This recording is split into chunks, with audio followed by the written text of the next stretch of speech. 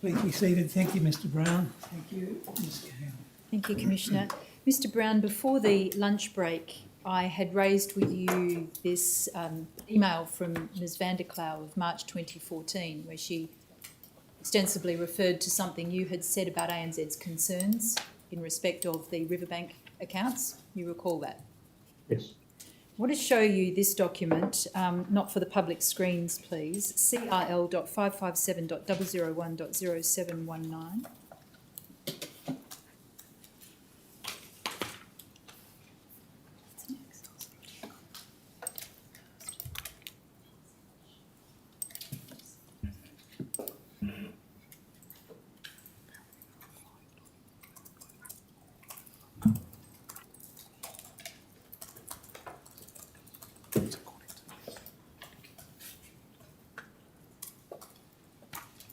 This is the last page. If we go to the tab for, thank you, 2nd of January 2014, see that this is a Excel spreadsheet setting out certain transactions, or 8 transactions between the 2nd of January and the 21st of January 2014 on the Riverbank Investments account.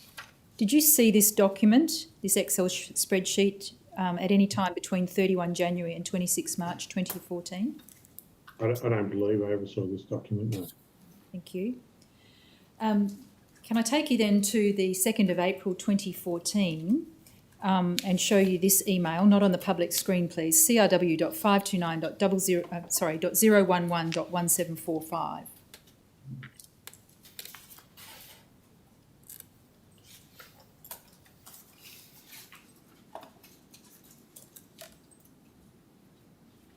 This is an email from Jared Campbell of the 2nd of April 2014 to a number of addressees, including Cage Management. You see that? Yes. Which included you. Yeah. Do you recall receiving this email? I would have received it because I'm part of that group, but do I recall this particular email? No, I don't recall this particular email, but I would have received it, yes. Now, what Mr Campbell is doing there is instructing another officer of Crown to arrange for a money changer to deposit monies into the Burswood nominees account rather than the Riverbank account. You see that? Yes. And he refers to attempts that are being made to keep the ANZ Riverbank account open. And then he says in the third sentence that there's no doubt the money changer will distribute the $75,000 into amounts under $10,000, which is the reason for ANZ's concern. You see that? Yes. Were multiple cash deposits to the Riverbank account under $10,000 happening routinely at this time? I don't know how often they were occurring. I'm sorry. I beg your pardon? I'm sorry, I don't know how often they were occurring to the account at this time, no. But you knew that they were occurring? Well, I was included in this email, so... So you knew that this was a transaction that was about to occur? Yeah, I don't remember reading the email, but I'm included in the email, so I can only assume that I was aware of the email. Well, when you say you don't remember the email, this must have been of great concern to you to read this, Mr Brown. Would you agree? If I read it at the time and taken it in, I would think that it's a concern, yes. If you read it at the time? Yes, I don't know if I read it at the time. Is that truthful evidence? That is truthful evidence. I can't remember if I read it. I may have read it. I didn't read every email possibly that came across my desk because I was copied in as a part of a cage management group. I was copied into a lot of emails, but I don't remember this specific email. Reading this now, it obviously raises a significant concern about potential money laundering through the Riverbank account, doesn't it? It raised a concern around structuring transactions through the Riverbank. Potential money laundering, Mr Brown, doesn't it? Potential money laundering through the account, but multiple transactions under 10, as we discussed previously, yes. Did you do anything in response to receiving this email? I don't remember the email, so I don't know if I did anything in response to it. Do you remember doing anything in early April 2014 to address concerns about possible money laundering through the Riverbank accounts? Not that I can remember. Then in late April 2014, you received this email from Mr. Costin, crw.529.001.9117.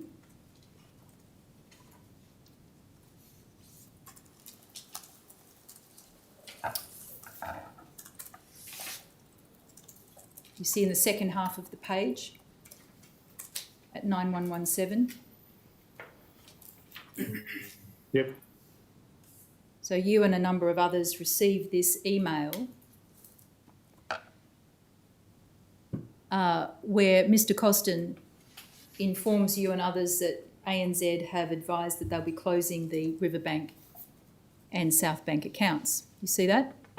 Yep. Yes, I can. And you see at the bottom of 9117, he says in the first sentence of the last paragraph, the closure of the Riverbank accounts was expected. Do you see that? Yes. Did you expect the Riverbank accounts held with ANZ to be closed at this time? I wasn't involved. I don't believe in the opening and closing of bank accounts, so I wasn't expecting them to be closed. But they were closed, and Mr. Costin would be more involved in the opening and closing of bank accounts than I don't get involved in that side of it in my role. Did Crown Perth offer to ANZ to stop accepting multiple deposits under the reporting threshold into the bank account in order to try and keep it open?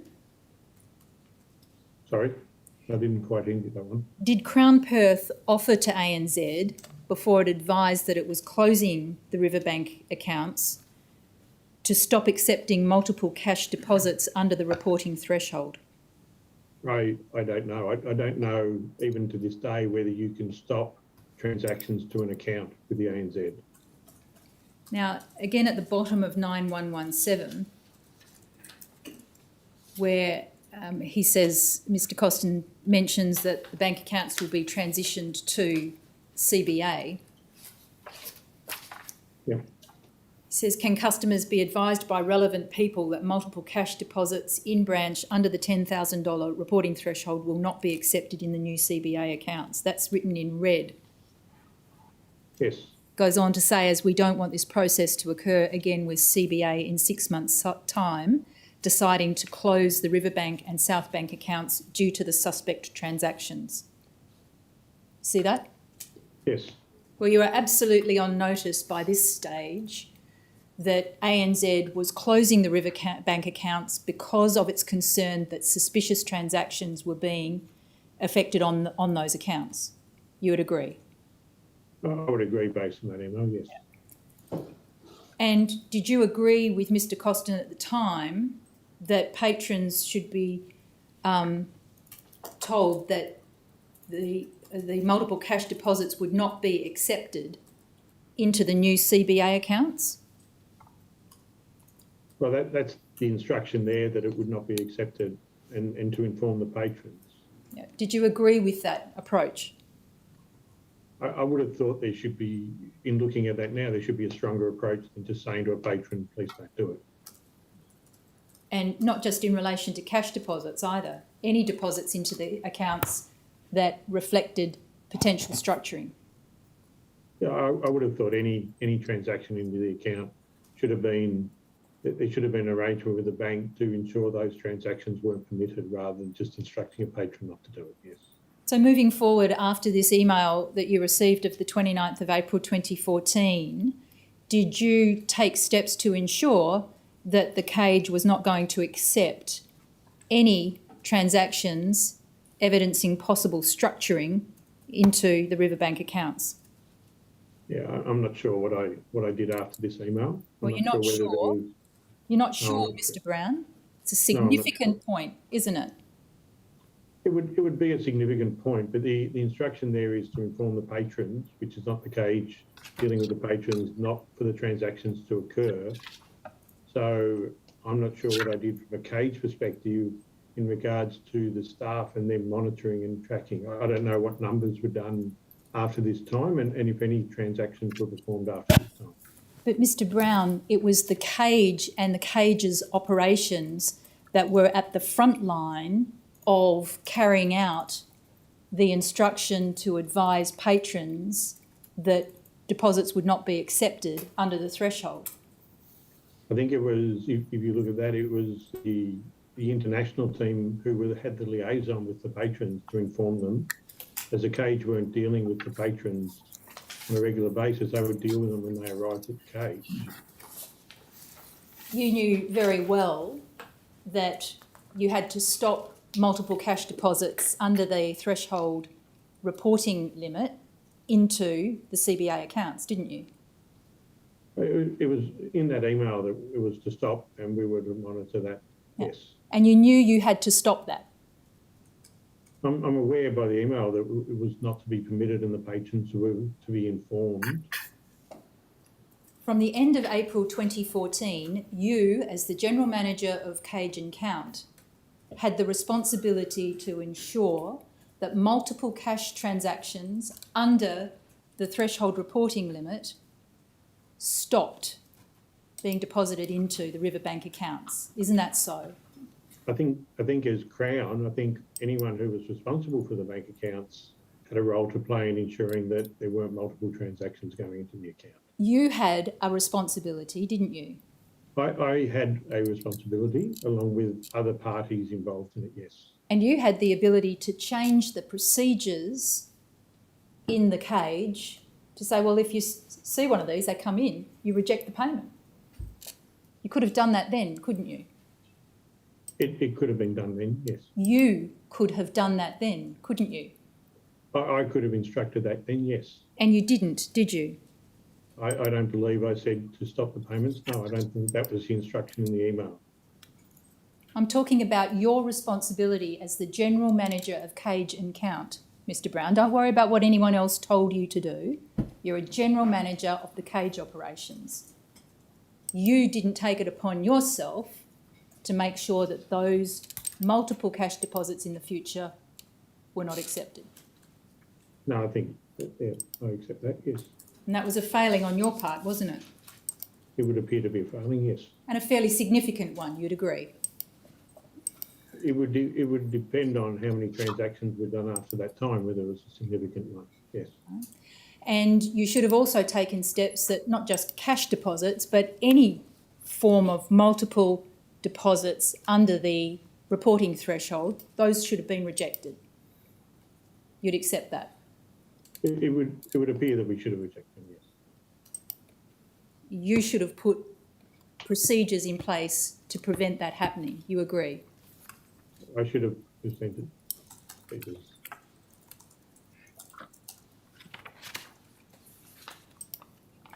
Now, I just wanted to ask you something else about this email while it remains on the screen.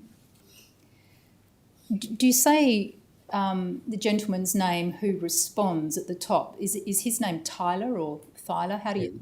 Tyler. Tyler. Tyler. And he responds to Mr Costin and talks about the ANZ accounts in Hong Kong and Singapore and articulates the concern ANZ expressed at the meeting. Because of the high cost of compliance, these accounts were unprofitable. He then says, in any case, we'd actually prefer it if you're able to find another bank for Hong Kong and Singapore, as the ANZ has been quite restrictive in the use of these accounts. Hence, they're now being used less often. And he gives examples. Cash deposits not accepted. Now, that's not a restrictive use of an account. That's a reasonable measure to mitigate the risk of money laundering, isn't it? I'm not sure exactly what Mr Tyler's getting at there. I'm asking for you to give me your opinion. If a bank restricts cash deposits, says that they're not accepted, that's not a bank being restrictive in your view, is it? It's a bank... No, it's a bank taking steps that they think they need to take to stop transactions, yes. Well, it's a reasonable money laundering mitigation. Yes. Yeah. And similarly, not accepting company deposits? The company deposits wasn't against our controls at that time, so we were prepared to accept company deposits if they could be identified. So Well, that's a money laundering risk, isn't it? the process at the time that we were allowed to do was we were allowed to accept company deposits if we could identify that the person who was sending the funds was the sole shareholder of that company or owned the company. So if we could be provided reasonable evidence in, we would be prepared to accept the company deposit. Now, is that money laundering? Well, at the time, that was an accepted process that Crown was prepared to accept. So it's not, in this regard, it would be restrictive if we weren't accepting them. But I get, that was an accepted process of Crown's at the time to accept company deposits. It didn't happen very often. But if the patron could prove that they were a sole shareholder or a sole owner, then we could accept company deposits with some approvals. And you see the last two dot points there, check or dash points, check deposits in the Singapore account can only be made by Singapore residents. Check deposits in the Hong Kong account can only be made with checks drawn on a Hong Kong-based bank. Those were reasonable money laundering mitigation measures, weren't they? No, I don't. I mean, if the banks see it that way, but from a Crown perspective, I didn't think a cheque deposit into an account, which is a process that Singaporean patrons would follow, would be such an issue. The closure of the ANZ accounts, of which you were advised in this email, was that something you discussed at the time with Mr. McGregor? No, I'm not sure whether I discussed it with Mr. McGregor. Again, Mr. Spence was involved in this email, so I'm not sure whether it was Mr. Spence that was the CFO at the time or Mr. McGregor again. Do you know if the closure of the ANZ Riverbank accounts was brought to Mr. McGregor's attention at this time? I'm not aware, no. Do you know if Mr. McGregor was involved in any of the discussions, either internally or with ANZ, about the closure of the Riverbank accounts? No, I'm not aware of whether Mr. McGregor was involved, no. Did you discuss the closure of the ANZ accounts with Mr. Bossy or Mr. Felsted? No, I don't believe so. Do you know if they were involved in any discussions internally or with ANZ about their closure? No, I'm not aware. And just to confirm, in response to the closure, you didn't amend the SOPs or seek to amend the casino manual? Not that I'm aware of, no. And you didn't take any other steps to prevent deposits under the threshold, multiple deposits under the threshold being made to the new CBA accounts? No, I don't believe it. Why didn't you take steps in response to the closure by ANZ of the bank accounts to change the SOPs or the casino manual in order to prevent the same thing happening again with CBA? Yeah, I'm not sure why it didn't happen, but I'm not aware that it did so. Well, not sure. I'm asking you why you didn't do things. Well, I'm not sure why I didn't do things. So. Do you mean you can't remember why you didn't do something? Well, it was 2014, and I'm sorry, I cannot remember why I did not do anything. Now, the CBA new Riverbank accounts were opened up in April 2014, and you sent this internal email on the 14th of April 2014 at crw.529.012.1616.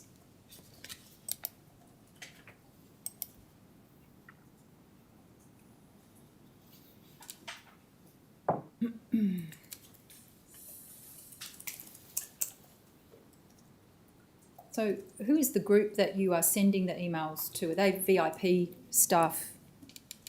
Yes, that would be VIP staff located in our overseas offices. So it would be two, and then CC'd would be Credit Controller Melbourne, Heather Ryan, who was our Credit Control Manager in Perth. So that would be informing the overseas offices that we now have CBA Riverbank accounts. So why were you giving them that information about the opening of the accounts rather than Mr. Costin? I don't know if Mr. Costin had any relationship with the overseas office or dealt with the overseas office. So So did you tell the Overseas Office about the closure of the ANZ bank accounts? I think there might have been previous correspondence, but I can't remember whether it was. So, but I mean, it doesn't mention in there that the ANZ are closed. So I would imagine there was correspondence from somebody informing people that the ANZ were closed, but I can't remember if I sent that or it was sent by somebody else. But you may have told. I may have told people. I can't remember if I sent out one. I certainly sent out one advising them of CBA opening, and I can't see in this where it mentions that CBA are opening and ANZ are now closed. So therefore, there must have been communication somewhere to people that the ANZ were closed. Otherwise, you would assume the assumption would be that people would think we've got accounts with both. Was it logical that if anyone was going to tell the VIP staff overseas that the ANZ accounts were closed or closing, it would have been you? No, I think it would be more likely the VIP team from Melbourne that would have informed them that accounts were closed. So it would probably have come from Mr. Tyler. Right. So why didn't he tell them about the CBA accounts opening? Because each property had their own CBA accounts. So this would have been coming out of Perth with these are the new accounts rather than telling, because Melbourne would have sent out a similar email, I would imagine. So then in relation to the ANZ Perth accounts, the Riverbank accounts, it was you who would have been the person most likely to tell them that the accounts were closed? I'm not sure. I think it may have been Mr. Tyler advising that all ANZ accounts with Crown had been closed. But I'm not sure if I would have sent, because clearly it's not saying that they're closed in this email. So therefore, it would appear there may have been another email at some stage. Now, I'm not sure if I sent that or whether that would have came from Mr. Tyler or somebody under the credit control area in Melbourne. I'm not sure. Right, now you see that second last paragraph of your email here, as with all our bank accounts. You see that? Yep. We come under scrutiny from AML legislation in Australia, and all unusual transactions and multiple transactions under the $10,000 reporting threshold will mean even greater scrutiny of these accounts. See that? Yes. So in your mind, suspicious transactions at this stage were not limited to ones involving cash deposits at bank branches, were they?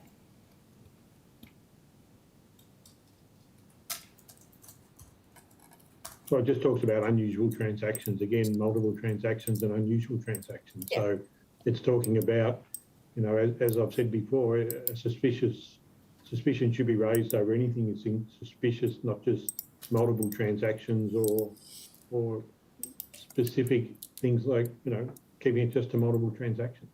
Well, it was clear in your mind at this point that any form of multiple transactions to those accounts under the reporting threshold would need close consideration as to whether the transaction was a suspicious matter and therefore should be reported to AUSTRAC.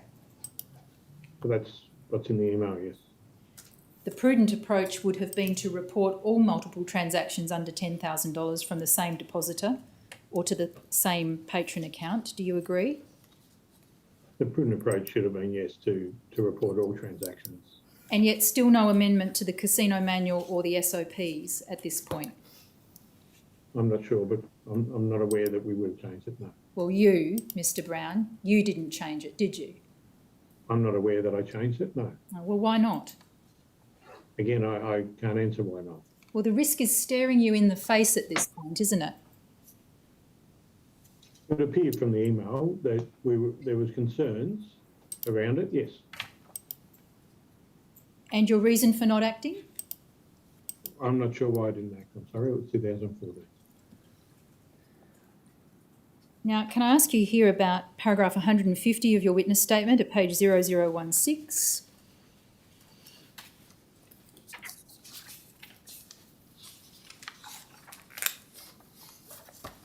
You say, at the time I was with Crown Perth, I did not suspect money laundering activity through the accounts. And when you say at the time I was with Crown Perth, that includes the period between 2013 and 2015, doesn't it? Correct. But you clearly thought that there were transactions occurring in 2013 and 2014 that were suspicious and warranted SMRs being made to AUSTRAC. Yes, In particular, multiple cash deposits at different bank branches yes, that led to ANZ closing the Riverbank accounts in 2014. yes, it would appear so, yes. And you therefore had to have at least suspected, in respect of the ANZ account in that late 2013, early 2014 period, that there had been possible money laundering activity through those accounts. It would appear, yes, possible, yes. So it is not correct to say, as you do at paragraph 50, that at the time you were at Crown Perth, you did not suspect money laundering activity through the accounts.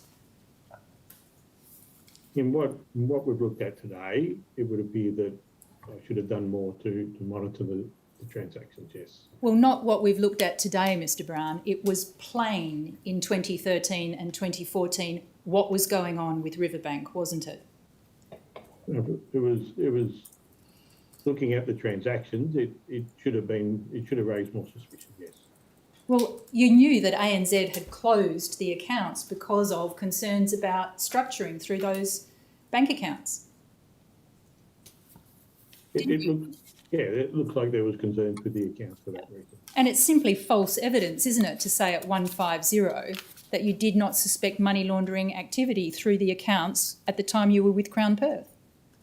I don't know if it's false evidence. I think it wasn't something that jumped out at me, that it was something that we were dealing with, and it should have raised suspicion, yes. Not something that jumped out at you, Mr. Brown. ANZ closed the accounts. And you knew why, didn't you? By the email that I've sent it was discussed, yes. Well, it's a very significant event for a bank to close its accounts with an organisation, isn't it?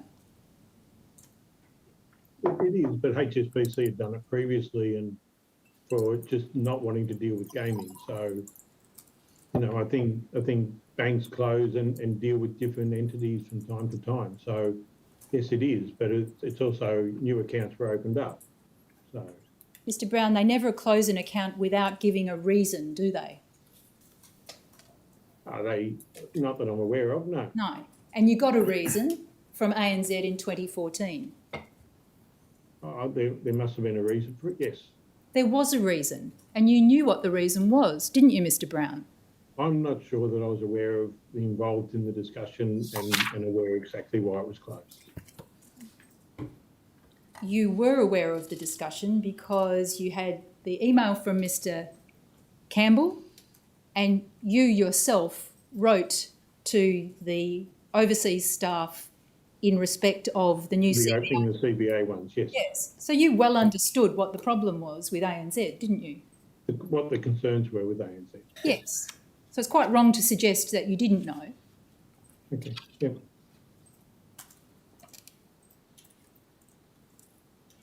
Now, in September 2014, you saw the Four Corners program High Rollers, High Risk, didn't you? Yes, I did.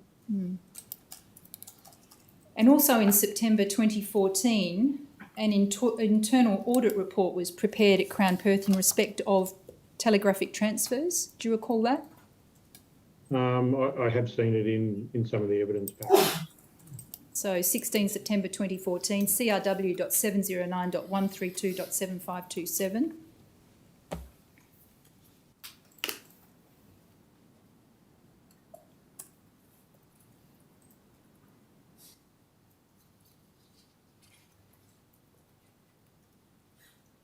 Telegraphic transfers.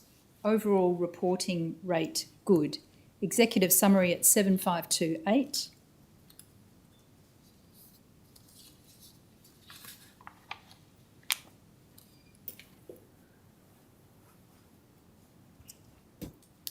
Results of the audit identified that a sound control environment exists in relation to TTs, which provides adequate risk mitigation.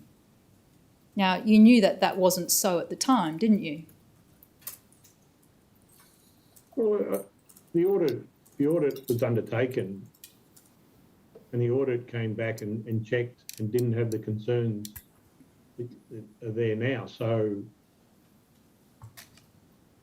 You know, it wasn't my point to go and question the audit and question the auditors and ask them what they'd checked and what they'd done. It absolutely was, Mr. Brown, wasn't it? It was absolutely your role. If the internal auditors had come back with a good rating and you knew there was a material risk in the TT process, it was absolutely your responsibility to speak up. Do you agree?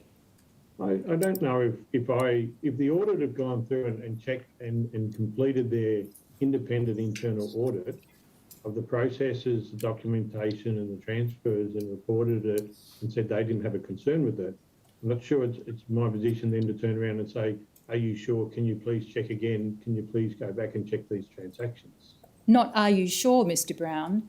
You must be wrong because I can tell you about a material risk of which I am aware. Why didn't you say that? I'm not sure what the discussion was with the auditors. But you were aware of a risk of structuring of deposits to the casino bank accounts through inward telegraphic transfers to avoid the threshold for mandatory reporting to AUSTRAC. Don't you agree? Sorry, can you repeat that one? You were aware of a risk of structuring of deposits to the casino bank account to avoid the threshold for mandatory reporting to AUSTRAC. I'm not sure about the threshold of mandatory reporting, but it was certainly, there was the transactions under the 10,000 that were being done to make up a limit, yes. Yeah, to avoid a TTR having to be raised. But a TTR would not necessarily be raised by the casino. The casino, and in particular the cage, raised a TTR for every deposit over 10,000, didn't it? If it was cash at the cage, it would. If it was cash through a ANZ bank account, it wouldn't be raised as a TTR by the casino. When you had an inward telegraphic transfer for over $10,000, did not the SOP stipulate that a TTR had to be made? TTR is a transaction involving cash. So the TTR, if it was $10,000, would be raised at the point that the cash was deposited to the transaction, which would have been done at a branch.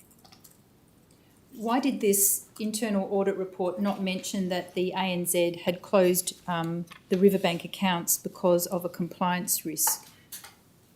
I cannot answer that. I'm sorry, I don't know.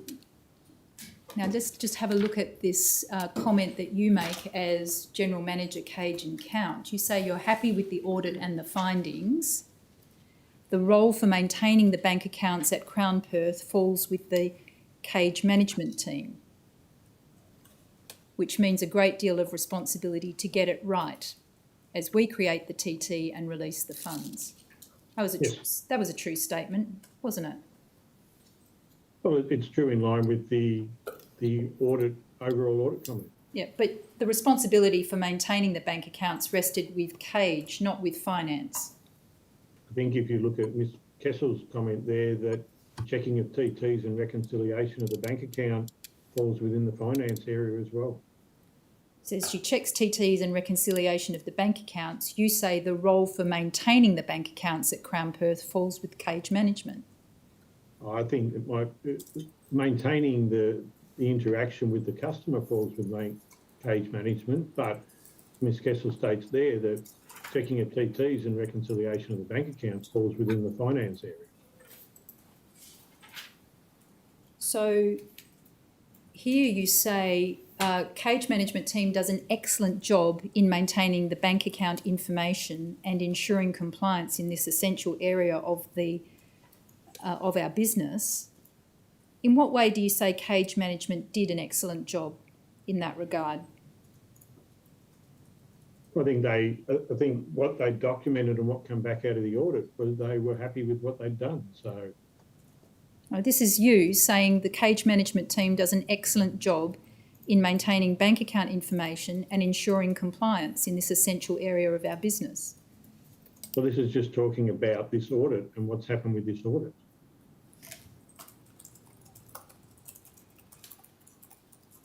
Can I take you to page 7529?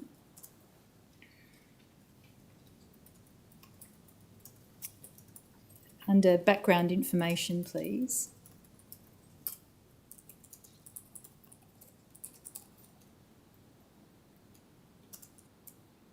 Telegraphic transfers are undertaken through Crown Perth's online banking. Second sentence, administration and monitoring of TTs is controlled by cage management. You don't disagree with that statement? No, and I don't disagree with the one after it that says finance employees are responsible for bank reconciliation relating to these transfers. Thank you. Now, in October 2014, some months after the CBA bank account had been opened and Mr Costin had given his instruction that patrons be instructed not to make multiple cash deposits, one of the cage shift managers sent an email to Mr Preston. If we have a look at crw.709.134.1143_R.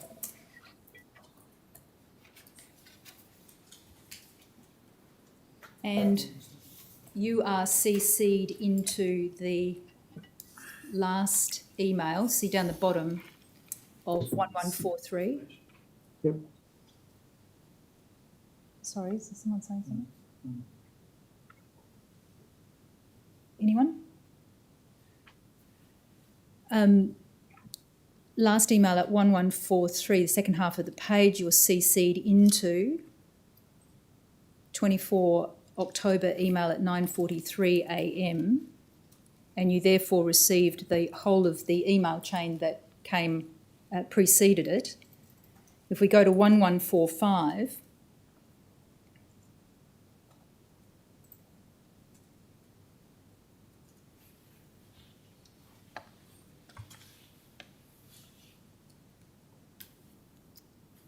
the manager says to Mr Preston,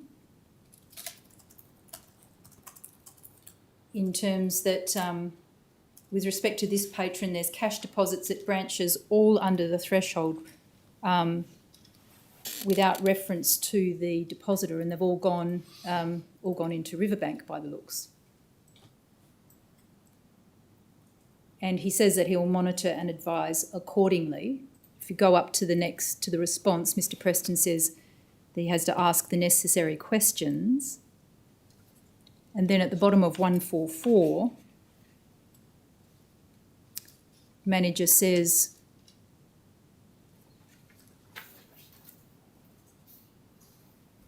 still under the threshold, you see that second sentence, but opportunity for the bank to report as suspicious. Are we happy to accept, etc.?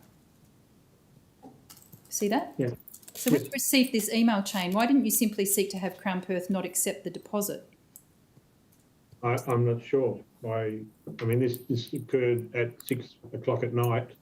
I'm not sure when I read this or what I did and when I saw the transaction or when I saw the email chain. So, well, do you remember? I mean, obviously this would be something you would remember as a highly suspicious transaction. well, I wasn't included in the initial one here with Mr Preston and Mr Durando. You got the email chain? I got the email chain after that, yes. Yes. And do you remember doing anything in response to getting this email chain? Not that I'm aware of, because Mr Preston instructed Mr Durando that what I've seen of the email chain, that it was okay to go ahead and just complete an SMR on the transaction. Did you check to see whether a suspicious matter report had been made? No, I don't believe I did. CRL.725.001.0166, not for the public screens, please. Ms Vanderklaas schedule for 2014, bottom of page 0171.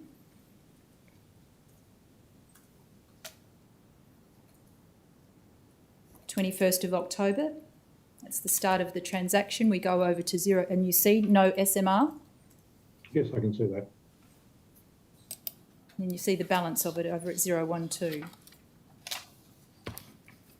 Now, clearly the cage should have raised an SMR as a matter of course without referring to Mr Preston. Do you agree? I would agree that Mr Durando should have raised an SMR, yes. You'd said in an internal audit report a month before that the responsibility for the management of the bank accounts rested with the cage. It was doing an excellent job with compliance. That just wasn't true, was it? Well, in looking at this, the fact I wasn't aware that no SMR had been raised with this. I wasn't aware till more recently that it was brought to my attention that no SMR was raised with this. And Mr. I would Costin, have expected that if Mr. Preston had requested Mr. Durando to do something, that he would have followed that direction. and Mr. Costin had said that cash deposits shouldn't have been accepted into the account. Agreed. So how did it happen? How did it happen that the cash deposits were made? Yes. Cash deposits, I'm not sure that they could be stopped from being made to the account. I want to check something that you said in evidence at 196 at page 0019.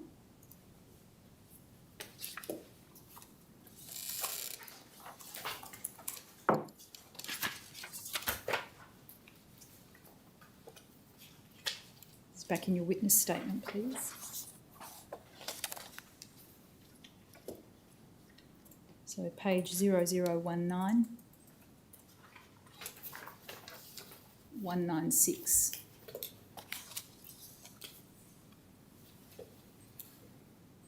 What do you mean by staff were not reviewing activity on the account in a broader sense to see whether structure? So what I mean by that is they weren't just looking for structure and smurfing, they were looking for anything they believed.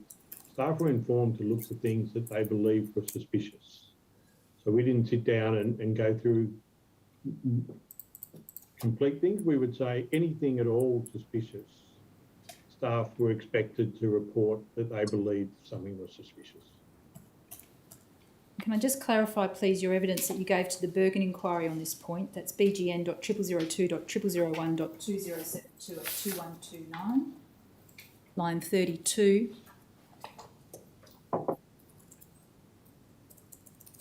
Council assisting says, I just want to be a little more specific here. To the best of your knowledge, in the period 2013 to 2016, is it right that people at Crown Perth Cage who did look at these actual bank account statements for Riverbank were not looking at whether structuring or smurfing was taking place within those accounts?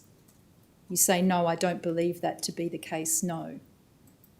And that lines up with the fact that we were talking more about reporting anything they believed to be suspicious rather than just looking at structuring or looking at smurfing.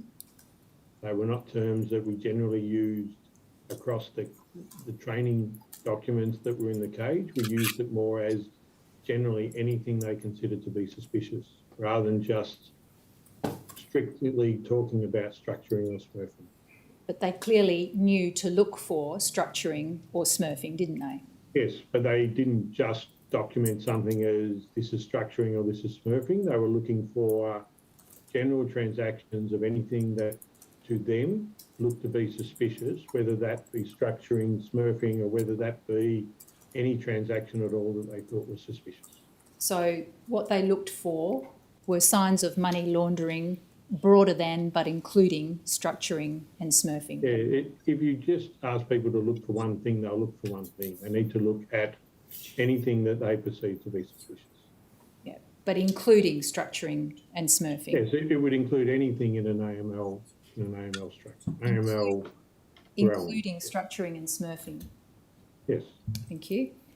Now, moving away from telegraphic transfers, can I ask you about this email exchange in October 2014, crw.709.004.8530 at 8531 we begin.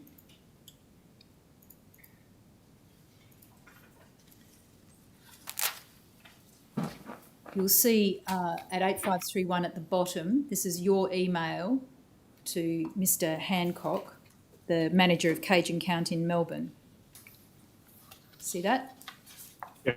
Referring to a patron wanting to send $3 million through a money changer. And the money changer wants to send one of his people in Australia into Crown Melbourne with $3 million in cash and then have Crown Melbourne TT sum all of that amount to Crown Perth. You see that? Yes, I can see that. And you mentioned that the money changer that wants to do this has recently been using the same people to make multiple deposits around Melbourne, Sydney or Perth, which you say is not good for us. And the reason you lost the Riverbank accounts with ANZ. See that? Yes, I can see that. Yeah. And you say therefore, in effect, what they are proposing is better See that? Yeah, it's a one transaction, yes. Yeah, so what do you mean by that? Well, it would be reported because they would bring the cash directly to us. So there'd be no structuring, there'd be no multiple transaction, and the money changer would deal with us. But it's going to go in banknotes to Melbourne, $3 million in cash to Melbourne, and then TT'd to Perth. How is that better? Yes. It would be reported as a transaction, as a threshold transaction. It would be reported as a suspicious matter if it was considered to be suspicious. Well, it would Better play... than, Sorry, you finish. better than what you're saying there, what you've talked about in the past, of multiple transactions under any sort of reporting threshold. A transaction such as that would have to be reported not only as a TTR but also as an SMR. Would you agree? I would agree, yes. Yeah. Because clearly what this money changer wants to do is send the money in cash rather than by a traceable electronic transaction. Yeah, I'm not sure exactly how the money changers were working and where they were getting their funds from. So. In the next paragraph, you say the question is, are we happy with this approach? Were you happy with it, Mr. Brown? According to this, I referred it on to Mr. Preston. So therefore, if I referred it on to Mr. Preston, then I had some concerns around the approach for the transaction, yes. Well, why didn't you just say, I'm not happy with it, I don't want us to do this? Because I referred it on to see whether it was an appropriate transaction for us to be completing and whether Crown had any comfort in doing that. What was your opinion as to whether Crown should be involved with this transaction or not? I'm not sure whether I had an opinion on it at the time, is why I referred it to Mr. Preston, who was my manager at the time, or the head of our legal area. It had a gigantic red flag hanging over it, didn't it, Mr. Brown? It would have a flag over it, but I don't know. I mean, if they're doing it and it's up front and it's reported, I don't know if it's a giant red flag. It's a red flag. $3 million in cash? I don't think it's the only time we would have dealt in $3 million in cash if it was reported. And all those occasions would be highly suspect as money laundering transactions. Don't you agree? I think they would be reported as threshold transactions and they would have suspicious matter reports completed on them. So, yes, I agree with that. So there was no question in your mind it had to be reported as a suspicious matter. Is that right? If the transaction went ahead, or if there was a discussion and the transaction went ahead, I believe we would have reported it as a suspicious matter report. And then there was a separate question as to whether the transaction should go ahead at all. You agree? I've spoken with Josh. Well, there's a question if they could meet the requirements of what we were asking for, the transaction could go ahead. So you go on to say that Mr. Preston says that the transaction should be okay if the person making the deposit opens an account. See that? Yes. Was that okay with you? It wasn't against the process that we would follow. Was it okay with me? If Mr. Preston, who's our head of our legal department, thought that it was okay, and also the head of our AML compliance area thought it was okay, then I was prepared to accept that it was okay from Crown's perspective. Did you not see yourself as having some independent responsibility to maintain standards at Crown Perth? I did, but I also referred it up to the head of our AML department, who was the person who would make a call if he believed it was sufficient and met the requirements that we had. So from that point of view, I think that we'd addressed it to the level that it needed to be addressed to. Now, Mr. Hancock had some brief email exchanges with you that continue up the page. If we get to the bottom of 8530, please. He says, just a quick question, which I think will come up from our legal team. If the money changer is going to send/TT the money to his staff member in Melbourne, why doesn't his staff member then TT it straight to you guys, he means in Perth, instead of trying to obtain cash and bring it to us? See that? Yes. Did you think that was a very good question? Not really. I mean, I'm not sure if the money changer had the money in Melbourne, why they would want to get on a plane with $3 million in cash to fly it to Perth and take that risk when they could have brought it into Melbourne to do the transaction there. So I'm not sure that that's the case. So. You understood the money changer to be overseas, didn't you? No, because his staff member were in Melbourne. Did you understand the money changer to be overseas? I'm not sure where the money changer was located. You don't know whether they were in Melbourne or overseas? Not based on this chain here. I'm not sure. Right. He then asks you if you know who the mutual patron is in the middle of 8530. And then in response to that question about why the funds just couldn't be TT'd to Crown Perth, you say, hey mate, I don't believe they TT to these people, otherwise they could to us. I believe it is a strange deal involving cash. See that? Yes. That strange deal you clearly understood to be a likely money laundering arrangement, didn't you? I don't know if I believe it to be a money laundering. It was a strange deal involving cash. Well, it was clearly very suspicious to you, wasn't it? That's why you called it strange.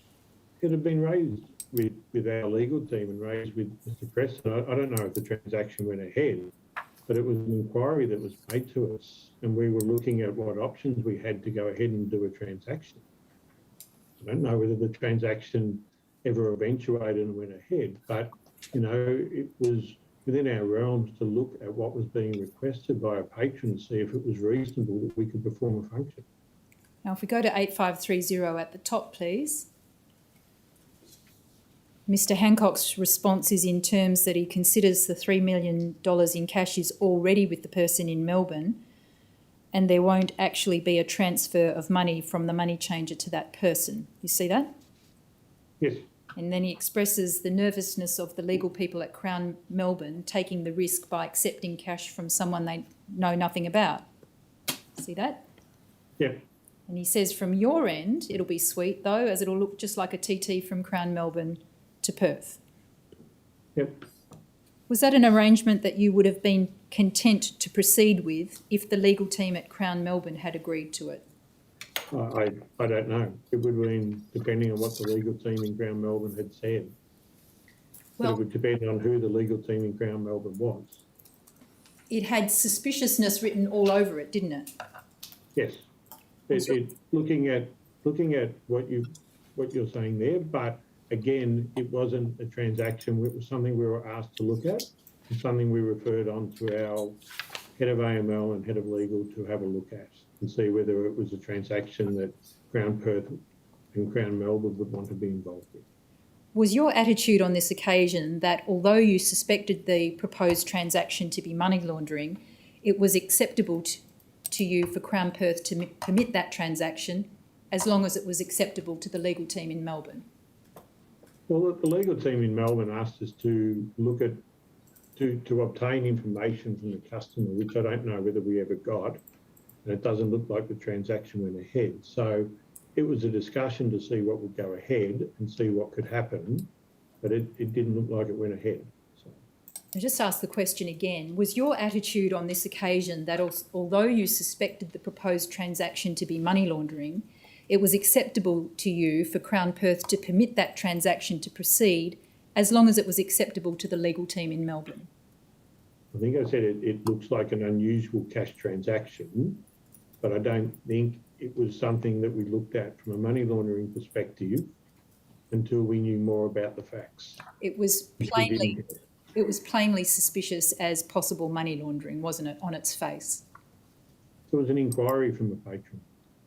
Mr. Brown, the proposed transaction with the $3 million in cash in Melbourne then being TT'd to Perth was on its face plainly suspicious as a money laundering transaction. It was plainly an unusual cash transaction. It was plainly suspicious as a money laundering transaction, wasn't it? I don't know if it was plainly suspicious as a money laundering transaction. Is that serious evidence, Mr. Brown? It was serious evidence. I mean, we referred it on to Mr. Preston. I don't think Mr. Preston came back and And if Mr. Preston, who was the head of our AML team, the head of our legal team, thought it was clearly a red flag and clearly money laundering, then he wouldn't have pushed back and said that if we can get some information, we could go ahead with it. So, Mr. Preston also was aware of it and didn't push back on it. Can I ask you about deposits made to the casino bank accounts by third parties on behalf of patrons? You say at paragraph 33, page 0005 of your witness statement, that after 31 July 2020, Page was directed not to accept transfers from third parties anymore. Do you see that? Yes, I do. And you understood this to be because of the money laundering risk attached to third party deposits? Yes. At 35, paragraph 35, please, you explain that previously deposits could be accepted from money changers as long as they were authorised in their home jurisdiction. Do you see that? Yes, I do.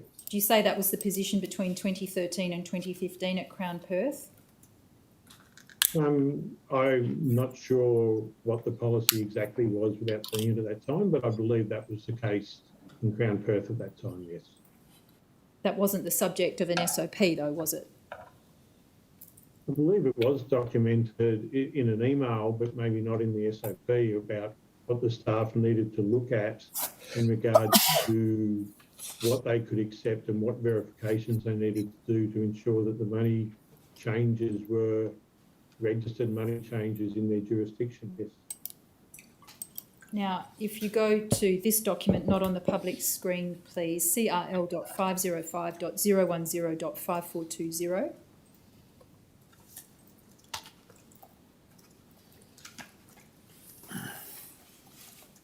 This is a email that you were included in, dated the 15th of September 2016 from Mary, do you say it Gioris? Yes, I believe so, yes. Yeah. Group Credit Manager, about a change to the AML rules. Second half of the page on 5420, that's on the left-hand side. So she talks about a change to the AML rules. You now need to obtain information about the individual sending the funds. Yes. From outside Australia. Could be a patron or a third party, full name, home address and date of birth. Yes. And previously you were not required to have those details in respect of a third party. Is that how it went? I believe so. Otherwise we wouldn't be so clear in instructing, but I can't remember exactly what was happening before that time, but I'm not sure that we needed those details before that time. No. And that direction was given in September 2016. Then in the middle of October 2016, so that's the following month, you receive an email from another officer of Crown, not on the public screen please, CRW.709.133.8650.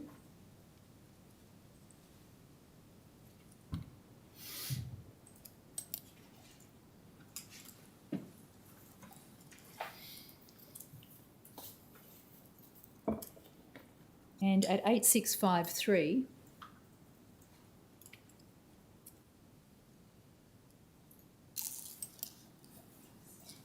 you'll see there that Mr. Campbell, who's one of your shift managers at the time, wasn't he? Yes. He's emailed another Crown officer to say that they've received some monies in respect of a patron, and can you please confirm the depositor full name, address and date of birth. And if we go up to the top of that page, she responds that the money changer refuses to give details. Yes. And then you respond at 8652.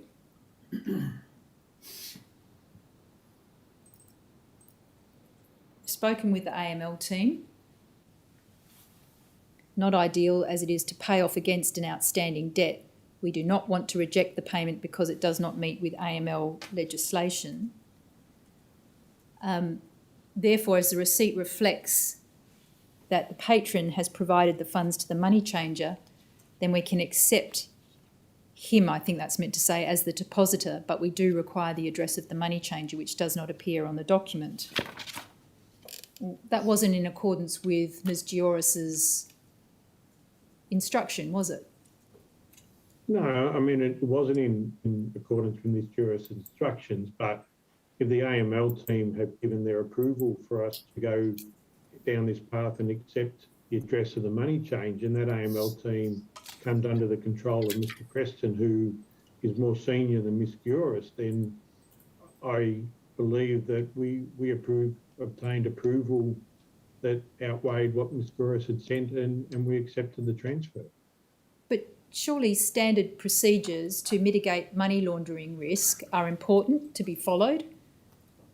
They are, but in this case, we sought advice as to whether it was acceptable in this occasion to obtain another means of address based on what had gone on to allow us to accept the transfer of funds to the account. Now, if our AML team there had given approval for that to go ahead, based on having the knowledge that they had that it was okay, then whilst there's an email from Ms. Juris, that the AML team do have the ability to make that call. Now at 8651,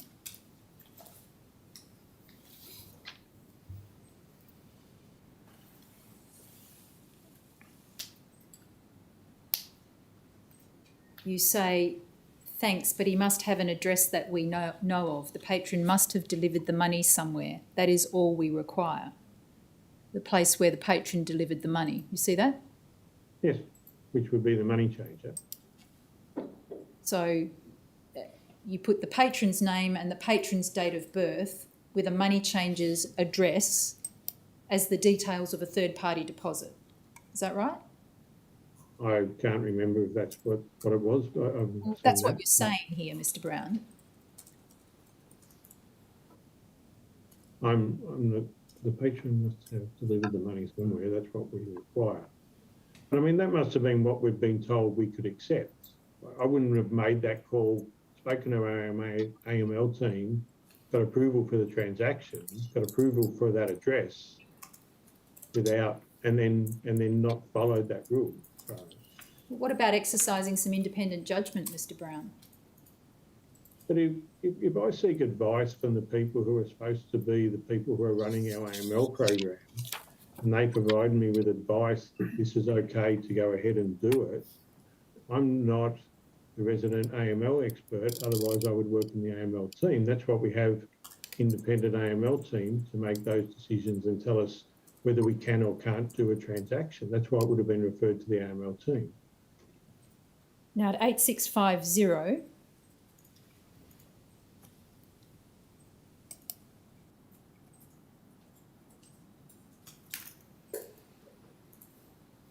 you are given the address at the bottom.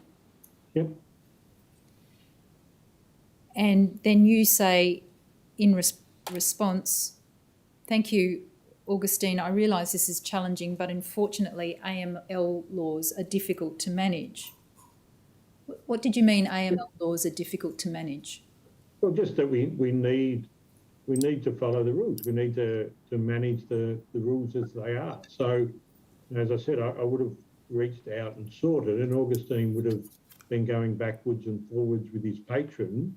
So I was just letting him know that, you know, we have been able to accept this based on what we've been permitted to do, but AML rules are difficult to manage. Is that how you saw the task of complying with AML legislation, managing it, managing the compliance?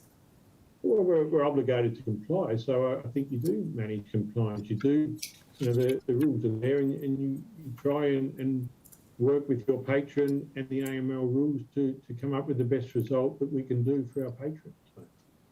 I take you forward. We were here at 2015, Mr. Brown, and if we roll forward 4 to 5 years, in late July 2019, there was a 60 Minutes program that aired in Australia. Do you recall that? I'm aware of the 60 Minutes program, yes. Well, you saw it or were made aware of its contents in July 2019. I was made aware of the contents, but yes. Yeah. And you were aware that it included within it commentary on Crown's relationship with junket operators? Yes. And included allegations of money laundering by overseas patrons at Crown's casinos? Yes. And that must have heightened your concerns about AML risk around, in particular, the Riverbank and South Bank bank accounts. I think the 60 Minutes report, though, was more talking about transactions through the accounts in Melbourne. So we looked at it, but I don't know if we, it wasn't a lot of meetings had after it or discussed what it was. I mean, we were still dealing with junkets at that time, I think. Was that after, I'm not sure if it was after whether we were dealing with Chinese junkets, but we're still dealing with junkets at that time. But what do you mean you looked at it? Looked at the program. I saw the program. The 60 Minutes program? Yes. And did you do anything in response to seeing that program? In regards to? AML risk, Mr. Brown. I think Crown were looking at AML risk at that stage as a result of the program. Crown is distinct from you. I didn't go into anything. Crown were looking at it from a program point of view. You didn't look at the cage operation and say, oh, well, let me think about where I can smarten things up here to mitigate AML risk. I can't remember if I looked at anything as a result of it, no. So that was July, and then in October 2019, CBA closed both the South Bank and Riverbank accounts. You Yes. recall that? You recall it? I recall that CBA closed our Riverbank accounts, yes. So it's happened again. First Yes. ANZ and now CBA. Yes. Did it cause you any concern? Well, that caused concern, yes. Right, so CRL.605.016.7020.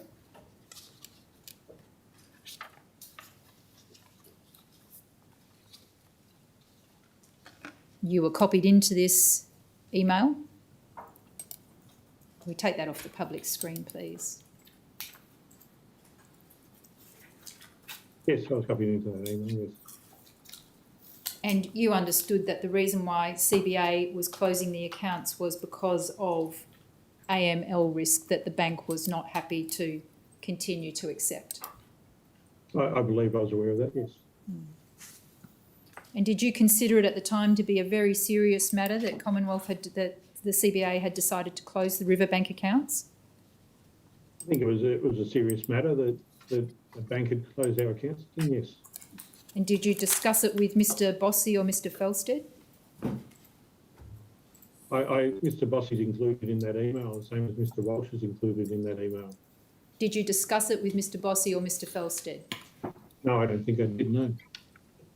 Did you take any steps at that point to ensure that the cage staff were alert to reporting to cage management and AML possible money laundering through casino bank accounts?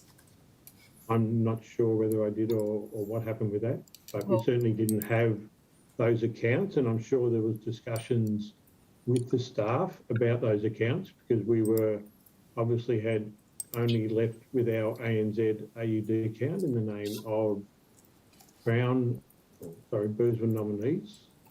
So therefore there would have been discussions with the staff around what had happened and what we needed to do, and the fact that we'd lost the bank accounts with the CBA, yes. Yeah. Did you have those discussions? There would have been a discussion with the staff, yes. Did you have discussions with cage staff about the closure of the CBA bank accounts? I believe I would have. Does that mean you don't remember?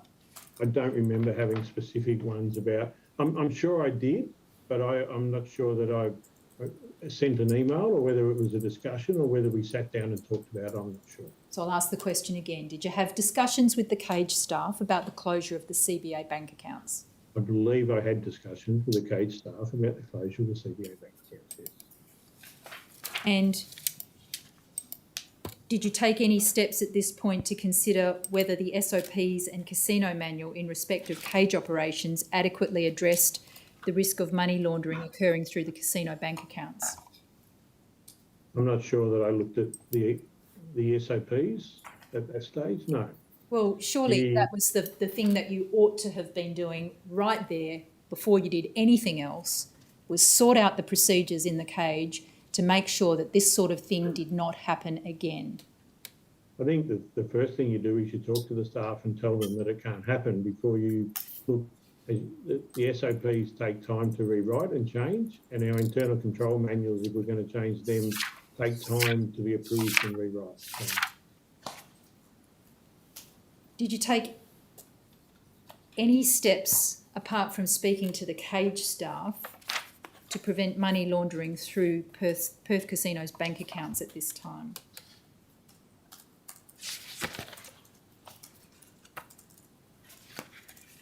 In October 2019, I'm not sure. I think we were then monitoring the accounts far more actively, and I believe that the steps that were taken, the staff were very aware to be looking out and monitoring and reporting anything if they thought it was needed to be reported.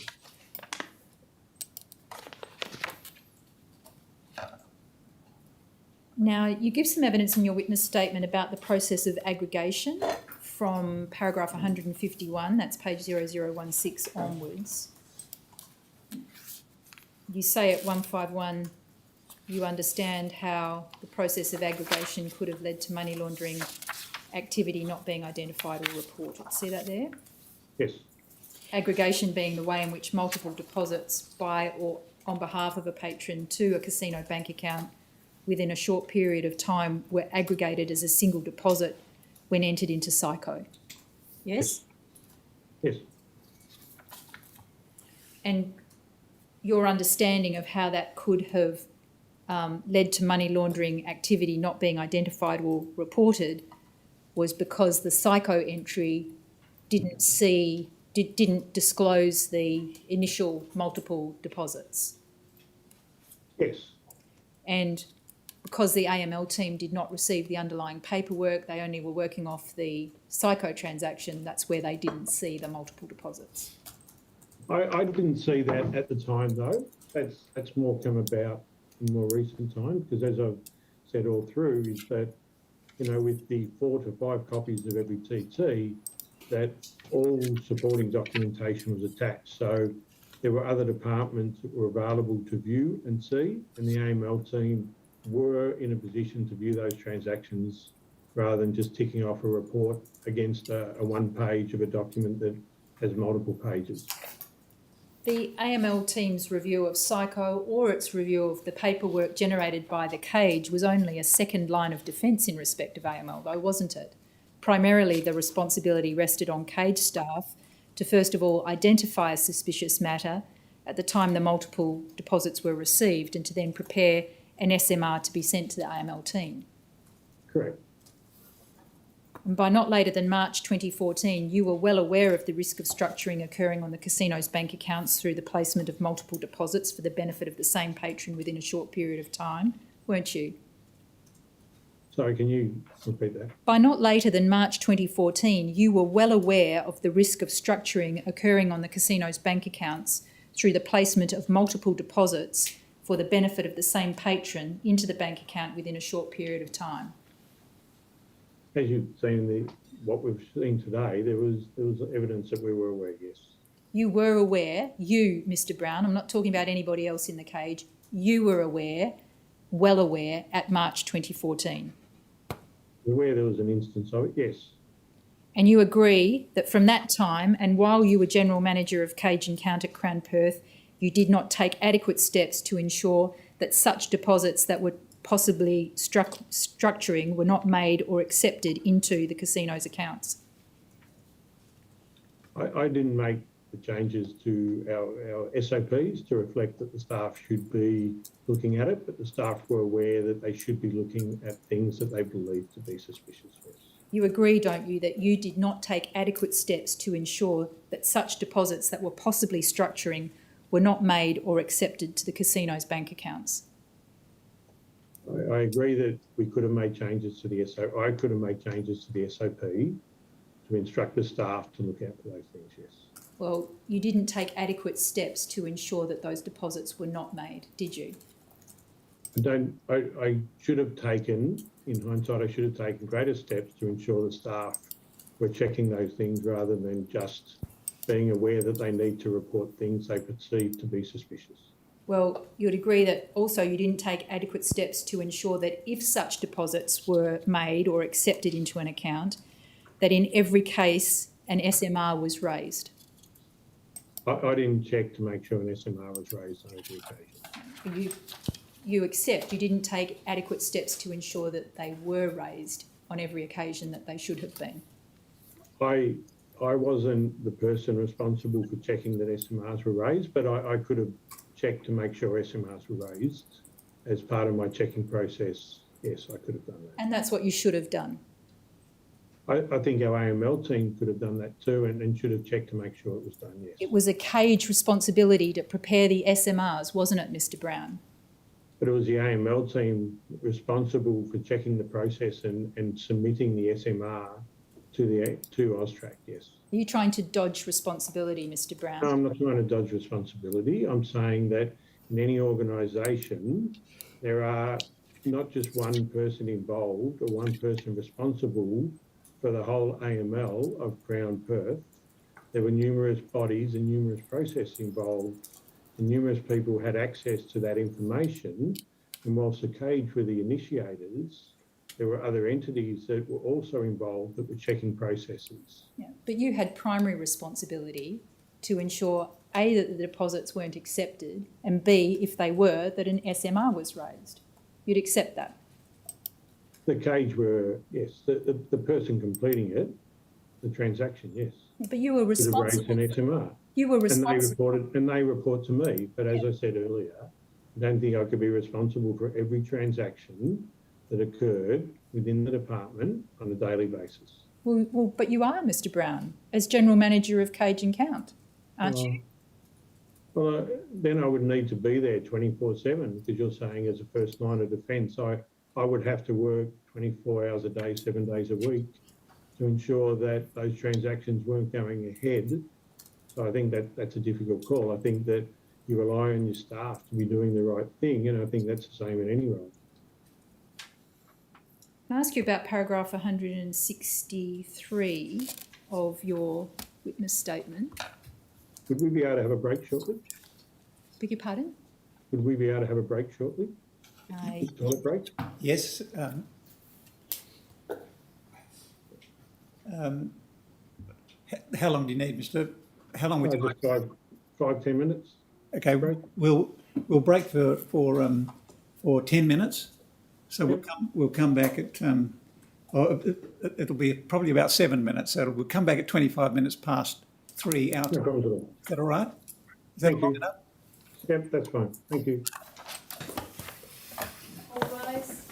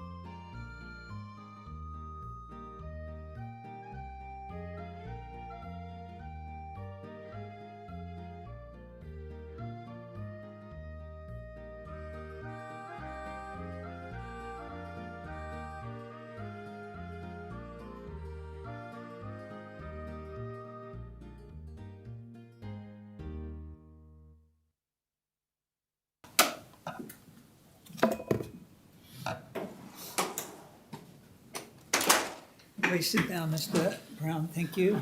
Thank you. Ms. Kale. Thank you, Commissioner. I was just taking you to paragraph 163 of your witness statement, Mr. Brown, and I touched upon this point, I think earlier in your examination, that where you say all transactions were fully documented and passed on to finance and AML teams, your evidence is not that the paperwork was provided as a matter of course to the AML teams, but rather that they had access to it if they wished to. They had access to everything that was available. I mean, that's why every copy had all the supporting documentation attached to it so that it was available to whatever department wanted to view it and whatever department needed to view it, whether that be AML, audit or the finance teams. But in this second sentence, you say, in that sense, my understanding was that the process of aggregation itself should not have been an issue because you've got the finance and AML teams reviewing the documents that the cage provided to them. It was, however, the cage primarily who had to identify the suspicious matter. You'd agree with that? The cage, yes, the cage should, from the documentation, have raised a suspicious matter, and then finance could have raised one, and then AML would be in a position to review it and raise one if they felt there was suspicion with it as well. Yes. Yeah, if they felt that the cage had missed something. Yes, well, every SMR that was raised ended up with the AML team for them to raise with AUSTRAC or enter with AUSTRAC. So therefore, they would be the ones that would absolutely know whether a suspect matter had been raised on any of those transactions. Yes. Just a general question here, Mr. Brown, in relation to money laundering more generally. So we take it away from the telegraphic transfers structuring payments into the Riverbank and other casino bank accounts. In relation to money laundering more generally, do you agree that while you were General Manager of Cage and Count at Crown Perth, you did not take sufficient steps to mitigate the risk of money laundering occurring through the cage operations? I think the staff were aware of their obligations in regards to AML and money laundering. I think they understood that they needed to report threshold transactions and suspect matter transactions. But clearly there's been issues where staff haven't reported it as they should have done. Yeah, but I'm asking about you, Mr. Brown. Do you accept that you did not do enough to mitigate the risk of money laundering occurring through the cage operations? Again, I think that the staff were aware of their obligations and aware of the fact that they should be reporting suspect matter. Now, maybe our approach in hindsight should have been that I was copied in on every suspect matter report, but that was never the approach and not something that had ever been the approach. Now, going forward, that may be the approach we look at now, but the suspect matter report, so that they could be uploaded in a sufficient time frame, always went directly to our AML team for them to upload, and if they had a concern, they would have come back. So I think that there's certainly ways that we could have done better, but I don't think we turned a blind eye to what we were doing and disregarded AML and suspect matter reporting on transactions. No. Do you say you did enough to mitigate the risk of money laundering occurring through the cage operations when you were General Manager at Crown Perth? I think in hindsight, we should have done better, yes. You, Mr. Brown? Yes, in hindsight, I could have done a lot more to make sure and change the processes to make sure that I was copied on every SMR, so I would be aware of the transactions that were occurring. Yes, I could have done that. Now, Mr. Brown, you're aware that Mr. Preston gave evidence in the Bergen inquiry in around September 2020 which exposed concerns around structured transactions on the Riverbank and South Bank accounts? Sorry, it dropped out. I couldn't really hear you properly then. So you're aware that Mr. Preston gave evidence in the Bergen inquiry in around September 2020 which exposed concerns around possible structuring of transactions on the Riverbank and South Bank accounts? Yes, I am aware Mr. Preston gave evidence for that, yes. And were you aware of that evidence as it was being given? Did you follow it? No, I didn't sit there and watch it. So at the time I was transitioning into a new role here in Sydney. So I did go through the evidence and read through the evidence after the fact, but I didn't sit there and watch Mr. Preston's evidence. No. Right. Did you go through the evidence shortly after the fact?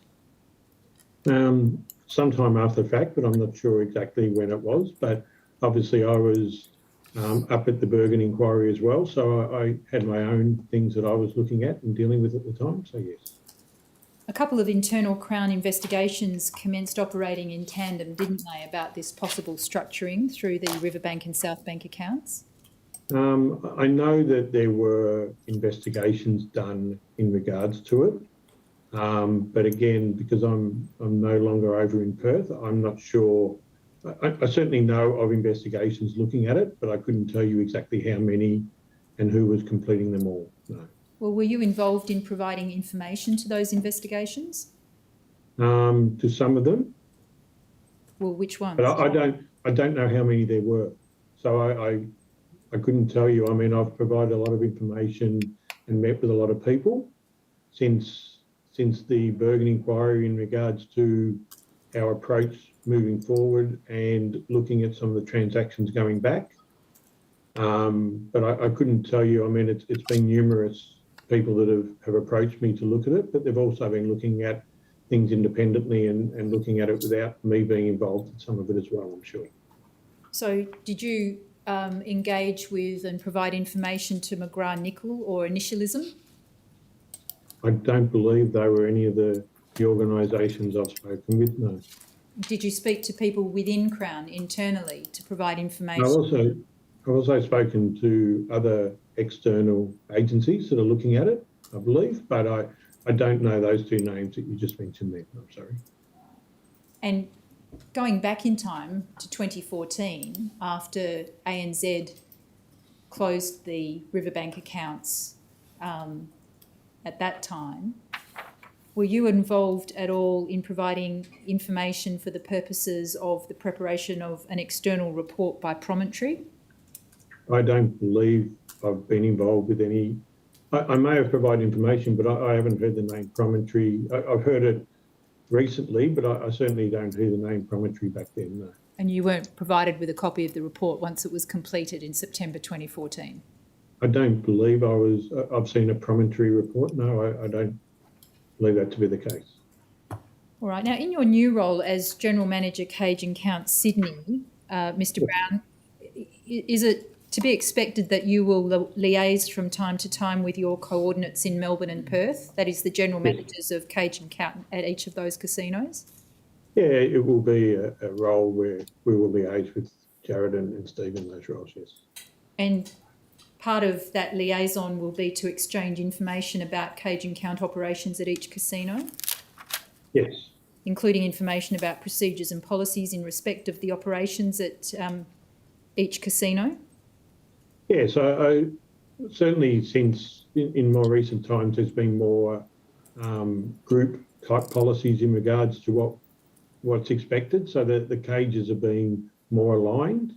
But of course, being run by 3 independent regulators, it's a little bit more challenging to align all the processes because there's different rules in different states as to the way things are done. But certainly where processes can be aligned and we can look at each other's processes to come up with a best practice, we will look at doing a best practice across the 3 properties, yes. So if I understand from some of what you've just said, you can expect that there has been and you can expect that there will continue to be attempts to assimilate aspects of the cage operation procedures and policies between each of the casinos to conform them as much as is appropriate. As much as is possible, given the 3 separate legislations, yes. So to that extent, you'll continue to have some influence upon the cage operations at Crown Perth? No, Jared will have the influence on Crown Perth, but we'll certainly look at, we'll look at Perth's processes to see if it's better than Sydney, and Perth will probably look at what happens in Sydney and what happens in Melbourne to see if their processes could be improved based on what's happening at the other property. But Jared, who's now in charge in Perth, will be the person who makes decisions on what happens, and I certainly won't be reporting or providing Jared with that direction, no. Thank you, Mr Brown. I have nothing further, Commissioners. Thank you, Ms Cale. Do we have any council off-site? Dr Boris, do you make an application to ask questions? No, Commissioner, thank you. Right, are there any, there's no one else offline? Sorry, no one else offline. Or online or something to do with? I'm not sure Right. whether I'm on or off, but I'm here. Um, And to that extent, I do seek leave to ask Mr Brown some questions. yes, Mr Inglis. Brown, my name is Penglis. Can you see me and hear me? And I represent Yes, I Mr can. Preston. I represent Mr Preston. Yes. The operator, please call up Mr Brown's witness statement, CRW 998.002.0016. Can we please go to page 0016? So, Mr Brown, I want to ask you some questions about aggregation and your knowledge of it. You say at 152 that aggregation was used by the cage for what I perceive to be simplicity of reporting. Is that something you've ever discussed with anyone in cage at the time as to why they did it? Yes, it has been discussed with the cage staff, and it was just an easier process for them to do. And when did you discuss that? Not until aggregation became an issue and raised. I mean, aggregation was never a term that the cage used prior to the Bergen inquiry. That was a word and terminology that effectively came out of the Bergen inquiry. So the discussion was then about why that was happening. So, All right. So is it your evidence that you didn't know it was happening until the Bergen? no, the term aggregation was a term that we never used. All right. Well, you know what I'm referring to. I'm referring to the concept that Ms Cahill explained to you as her definition of aggregation, which you understood and accepted. So when I use the term aggregation, I'm talking about the concept rather than a label. All right? Okay. Yes. All right. So speaking of the concept, when did you first come to know that it was occurring? Well, obviously, by what we've seen today, there was some evidence that it was occurring back in 2013 or 2014, based on the email that Mr McGreevy sent around the Tulu Bing transaction. All right. So is there evidence you don't actually recall, but for the fact that your memory's been refreshed by what you've seen today? Is that correct? I wasn't going through the accounts and checking the accounts and monitoring the accounts, so yes. All right. When did you first have a discussion with somebody within Cage as to why that concept was occurring? I can't remember, but I certainly had more conversations in recent times as to why it was occurring and how it occurred and what was going on. And as a ongoing review, as I just explained to Ms Cahill, that there's been more and more discussions in regards to the historical transactions since the Bergen inquiry last year and been reviewed by external agencies looking at it. So, Did you have an understanding of why it was occurring prior to the Bergen inquiry?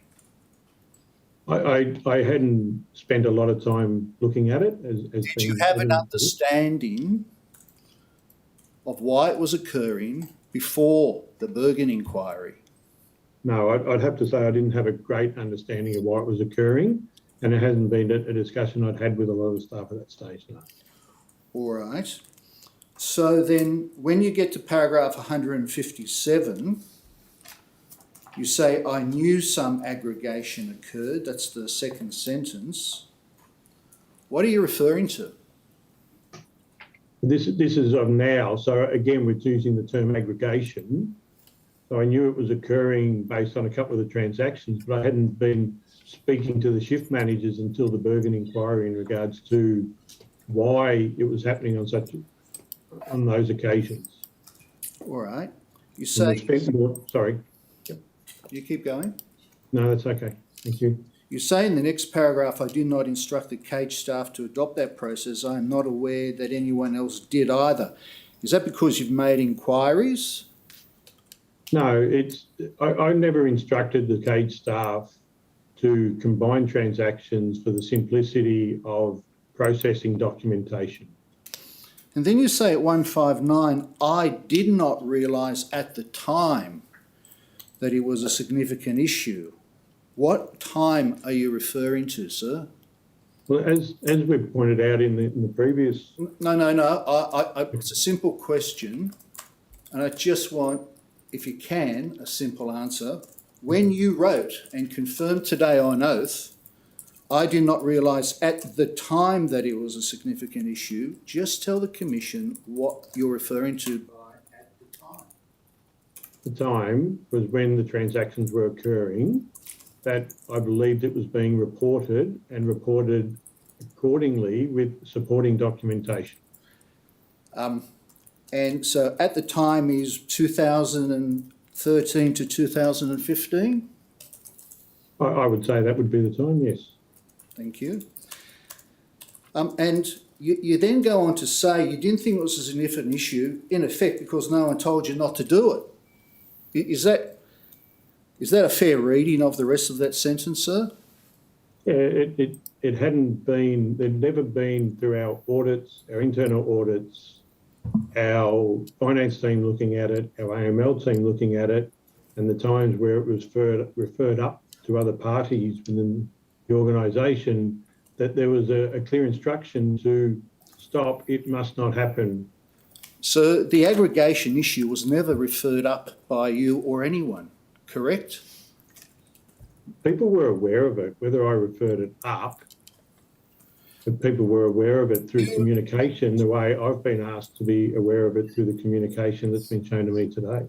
Well, we can read documents for ourselves, so I'm seeking to try and get some evidence from you to assist the Commission about what you did, sir, all right? Yes. Now, is it correct to say that you did not confer with anyone about whether or not this process of aggregation was something that should occur or should not occur? I didn't confer with people to say whether the aggregation should occur or should not occur. Yes. In fact, you didn't even raise it yourself with AML team, did you? No, I don't remember raising it myself with the AML team, no.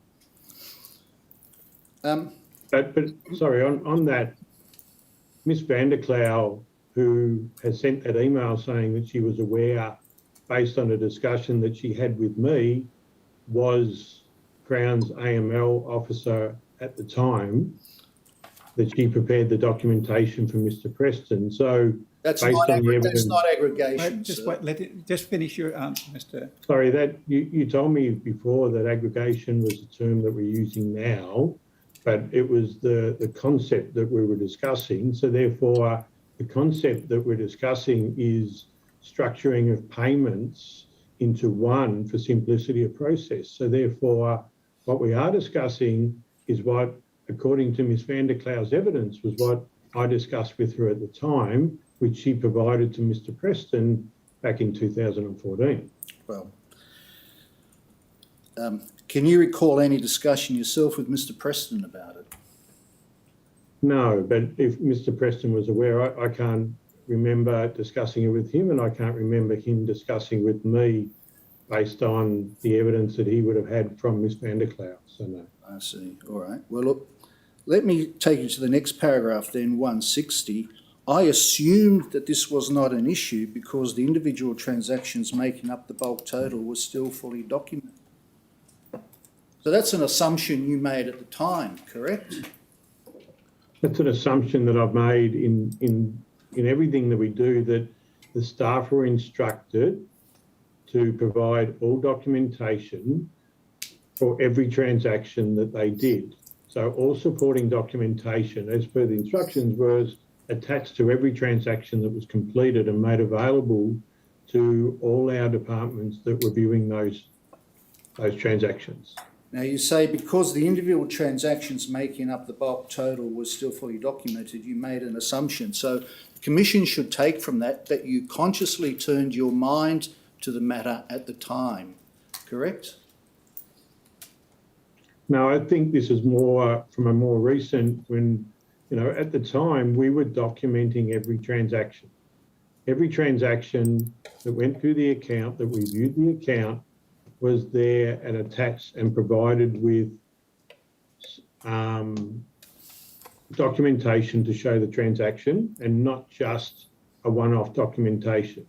So I had comfort in the fact that the transactions were being documented and all transactions were being documented, including all supporting documentation. So the Commission's to understand that you took comfort from the fact that somewhere in the documents, if someone looked for it, they may be able to expose the fact that there had been aggregation. Is that your evidence to this Commission? As I've said, I would have expected that if the staff members who were responsible for completing the transaction, in line with their understanding of AML and believed it to be suspicious, would have raised a suspicious matter report based on the documentation that they had and attached it to everything. Now, if they didn't do that, that's probably, they were the ones that would have had to raise the suspicion. Now, that documentation was then sent to all our other areas and made available for all our other areas to view with all the supporting documentation. It wasn't sent to all other areas, sir. You've conceded that today, correct? It was sent, yes, it wasn't sent to the AML team, but it was available for the AML team to view if they decided to view the transactions or had some concerns. And why would they have some concerns or decide to review the transaction if, one, there was no suspicious matter report provided to them, and two, the information put into Psycho was not each individual transaction, but was the aggregated amount? Why would they? Because as you would see from the evidence of Ms Vanderclough, that she obviously had some concerns around in 2014 about the transactions. Sorry, just answer it from your perspective, sir. Can you explain how you take comfort from the fact that although it's not sent to them, AML might go and look at a transaction even though there's no SMR and even though the information put into Psycho does not show each individual deposit or withdrawal? Why would they, sir? Give the Commission a reason.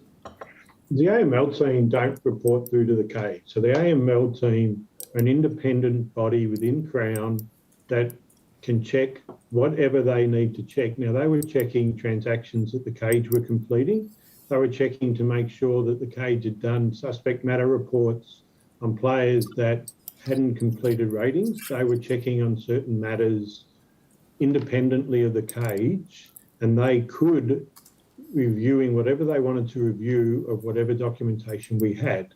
Now, just because we didn't send it to them didn't mean that they weren't checking those transactions. Do you accept that the fact that the cage did not complete an SMR for these matters meant that the relevant transactions were not brought to the immediate attention of AML? I would say they weren't brought to the immediate attention, but they were available to AML, yes. But they were available to AML and anyone else in Crown if for some reason they wanted to look for them, correct?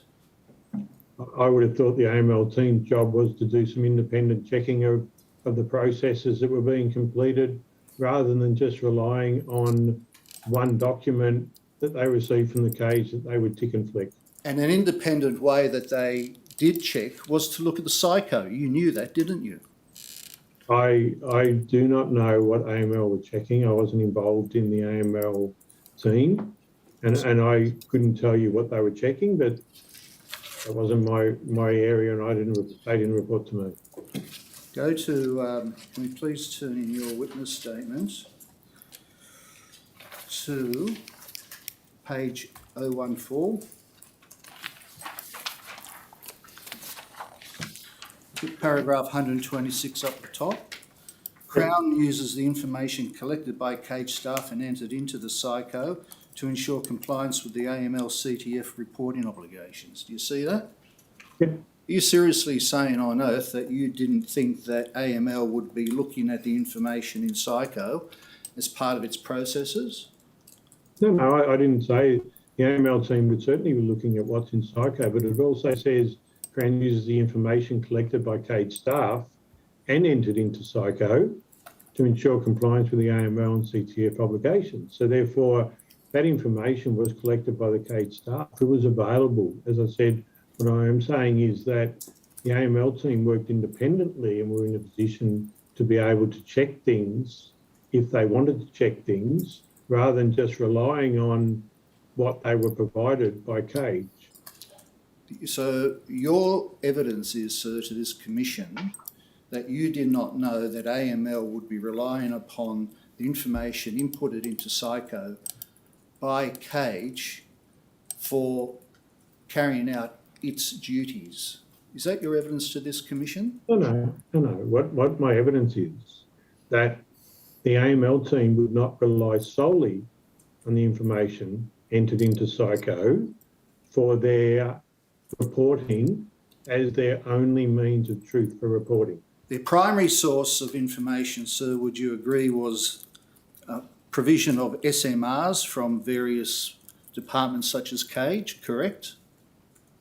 I assume that's part of their I don't know if it was their primary source, but it was part of the AML role was to accept and enter the SMRs from the Cage and other areas within the casino, yes.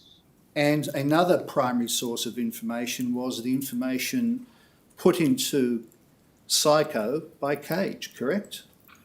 Yes, correct. And if that information's not entered correctly, would you agree that it then has a knock-on effect through to AML's ability to do its job? No, I don't necessarily agree with that. No. I believe that the information in Psycho is a reporting tool, and if AML were wanting to do their job and investigate, they would be looking at more than just that's what's in Psycho, we must accept it.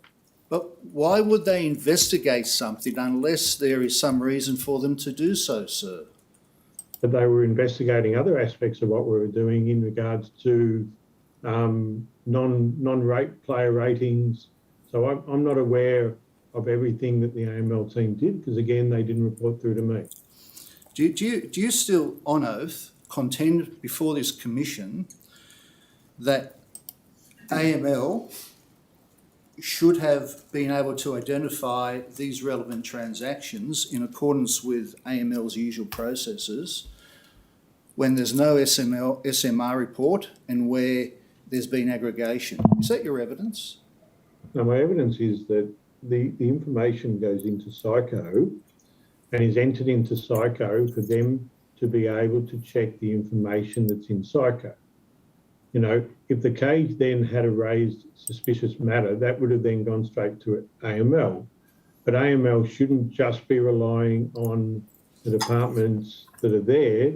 They're also in a position to do some checking themselves if they felt there was any need to do so.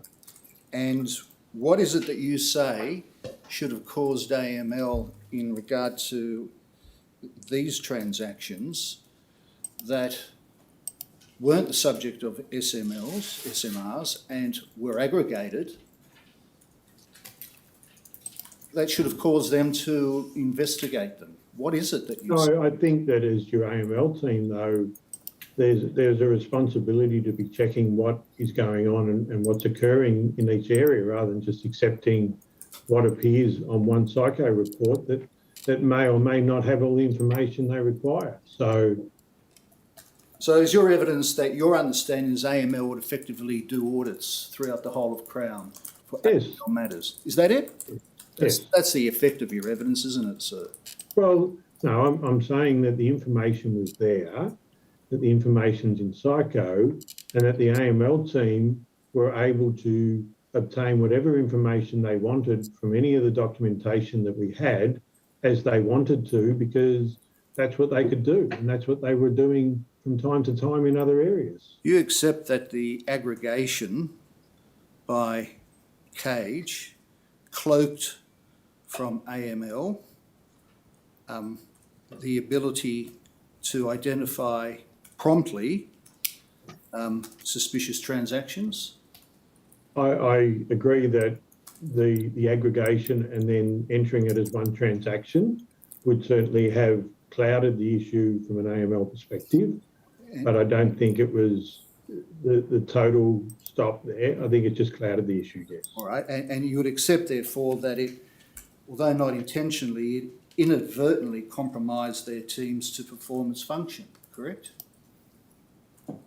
I don't think it was a deliberate act to do that, but I think that I said, the way keep going. I think the way AML were performing their role in just using the information in Psycho made it difficult for them to then get the information they needed, yes. So just to be clear, you'd accept that it was unintentional, but it did inadvertently compromise AML's capacity to perform its function. Based on the fact that they weren't reporting, yes, I think that AML would have struggled with it, but certainly the information was available to them. Yes. Can I then take you to back to your witness statement? And can we go to page? Sorry, I just want to go to paragraph 163 over the next page. When did you realise that you were wrong about the documentation being passed on to AML? Only when it came up today. I still think, you know, in more recent times, the AML team, all TTs have been saved into a folder that even back to Denise's time was available for Denise to view at any time. And that's still available for the AML team to view all saved documents into a folder that's there available to them.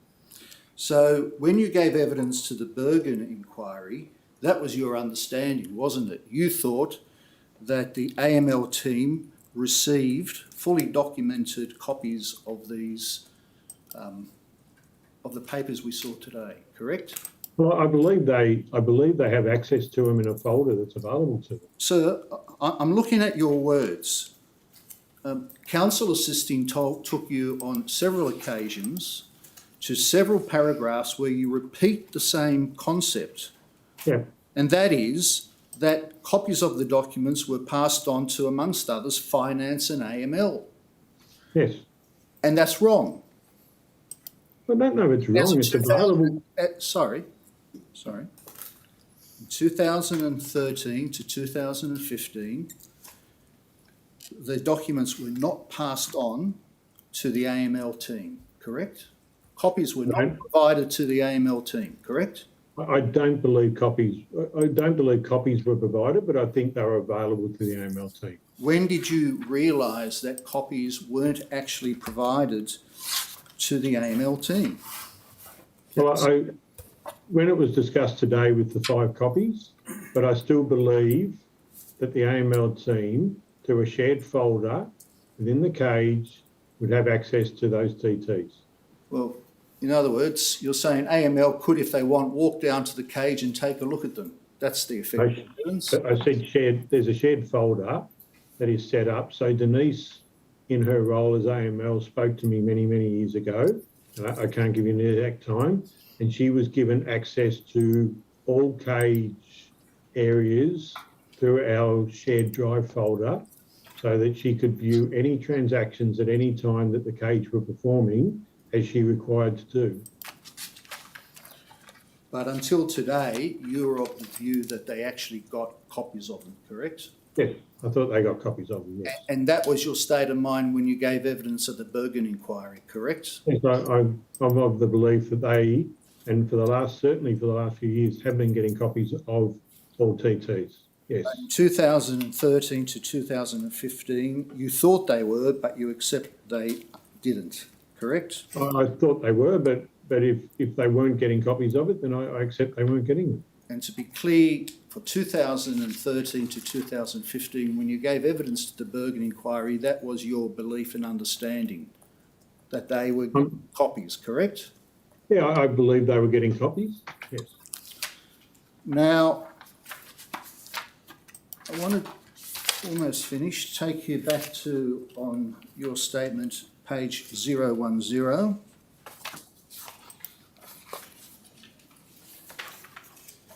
In paragraph 85, just want to understand this. So what you're saying is, just read that to yourself. Yep.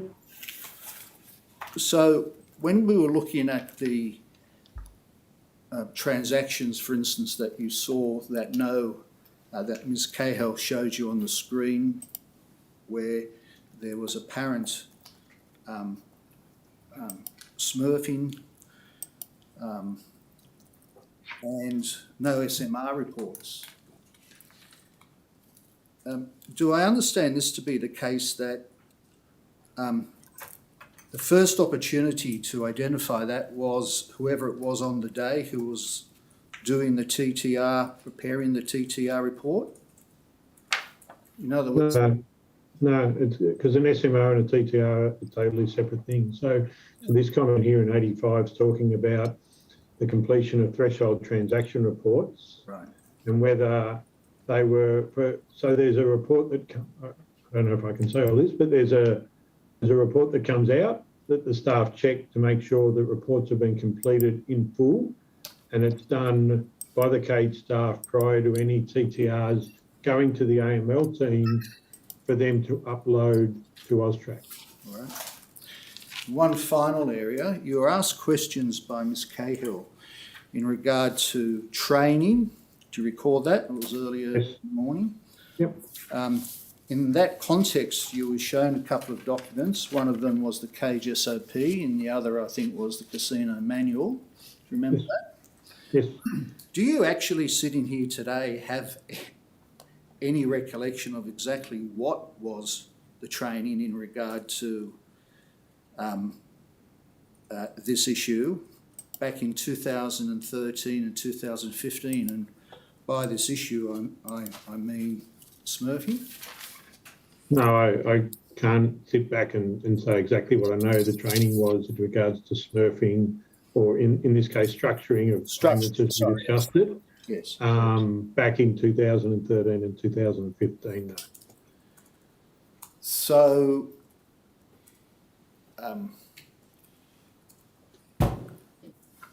are you aware of, so the short answer is that sitting here today, you simply have no recollection of what the training was, other than it included an element in regard to this topic. There was an element in regards to structuring. There was the form, the 3-page document. I think it's a 3-page document that all staff are taken through when they join up. Yep. And that's completed by the AML team and informed by the AML team when they commence, which has then since been handed over for the case management team to perform rather than the AML team. And then there's the online training that talks about structuring, but for cash deposits and not so much, I believe, for the bank accounts, is what I said earlier. Yes. But you don't actually remember the content of that? No, not from 2013 to 2015. No. And do you recall the content of whatever refreshers were done in regard to structuring? No, I don't believe there was a lot of refresher done for training and structuring, apart from the obligation to complete their online training. And the final area I want to ask you a question about is this. Again, by reference to the SOP and a reference to the to the casino manual, there were different aspects of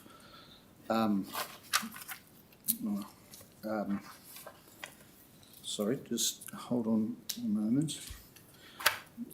Yes, I'm right, it was the manual. It's different aspects of structuring. But what I understand your evidence to be is that although there were specific examples where structuring may occur, you're not suggesting that the CAGE staff were only looking out for those and not other forms of structuring such as TTs. They were looking at all forms of what they believed anything to be suspicious. And that included structuring, whether it's cash or by telegraphic transfer, correct? I believe that they were fully aware of their need to report anything they believed to be suspicious. Now, most of the training, because it's general training, is targeted toward cash deposits or cash transactions over the counter, whether that be at a table or a cage or whatever it might be. But the cage staff were aware of the fact that if they thought something to be suspicious, they were obligated to report it. Right, and finally, can we go to the evidence you gave in the Bergen inquiry, BGM 0002 0001 2192?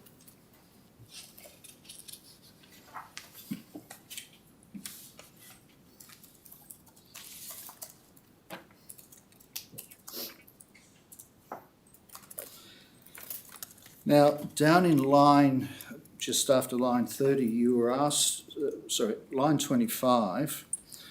That's not me, I don't think. There? All right, let's just wait till it arrives. You tell me when it arrives. Yeah, sorry.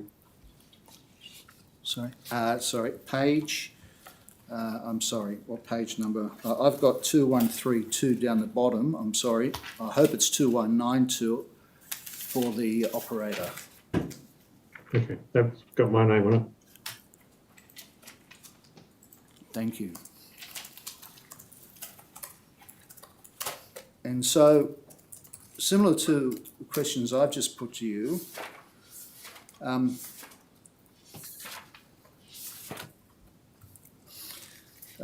Ms. Sharp, just before line 25, and it certainly wasn't the case that those staff members reviewing the riverbank accounts were looking at whether things such as structuring or smurfing was taking place in those accounts.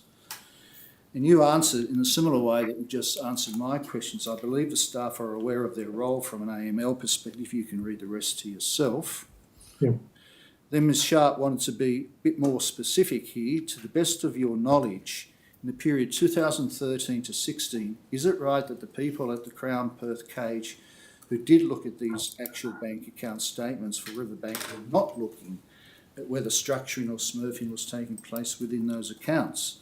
And you say, and I know we've been over this with Ms. Cahill, no, I don't believe that to be the case, no. And certainly you never instructed any of them to do that, no.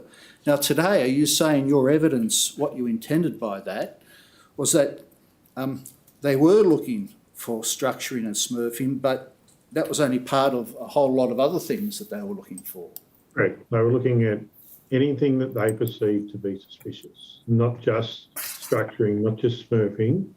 They were aware of their obligation that if they believed something to be suspicious, they needed to report it, whether it be structuring, smurfing or anything unusual that they felt needed to be reported. And then you were asked, did things change at all in that respect after 2016? Do you see that? Down the bottom, Yes.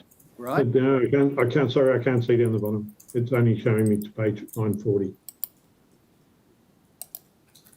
You see down the bottom there, just line 42 Yep.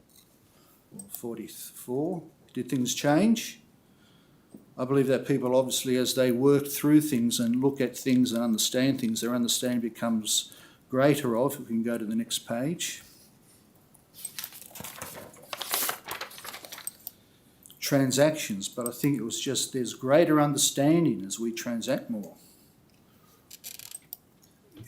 What I want to put to you is that you seem to give the impression, or it could be construed that what you were trying to communicate, but was that there was no, and just continue reading, but it is right that you don't really know if things changed in relation to the Riverbank account after 2016. No, I'm not sure.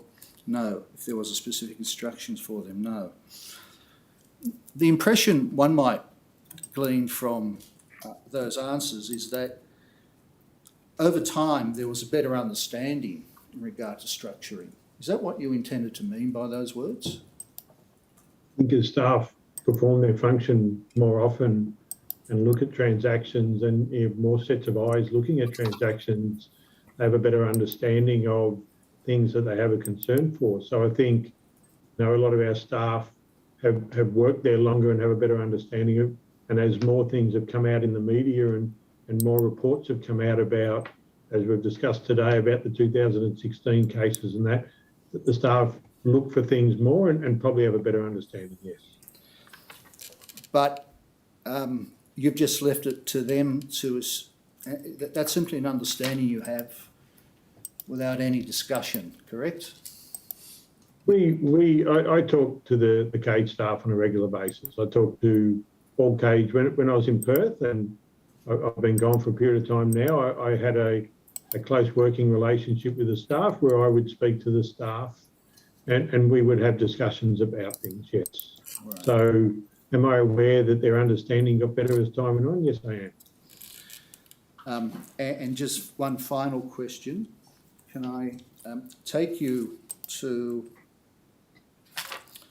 back to a paragraph you've already been taken to before, but I'll be very short. And that's paragraph 163.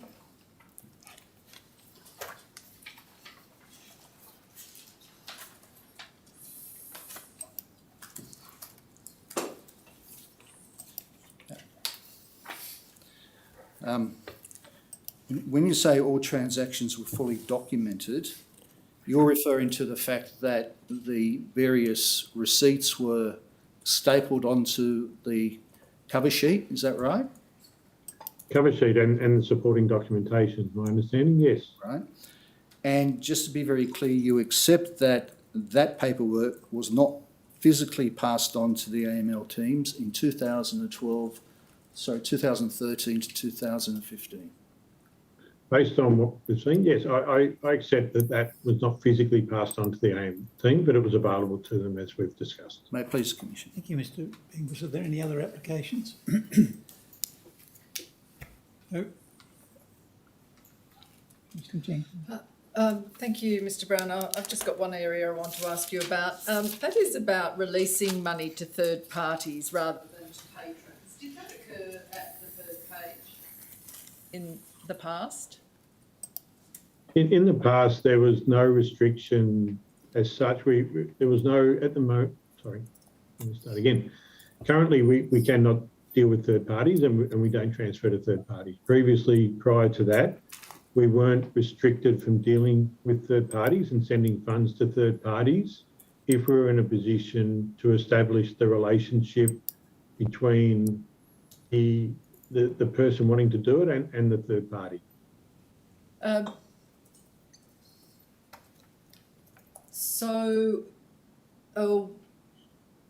If the third party was related to the patron, I suppose you could understand how that might be acceptable.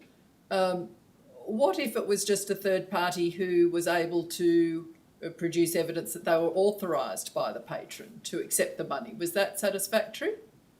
At the time, under the approach, then as long as we could establish a relationship, we weren't restricted from sending it to a third party, no.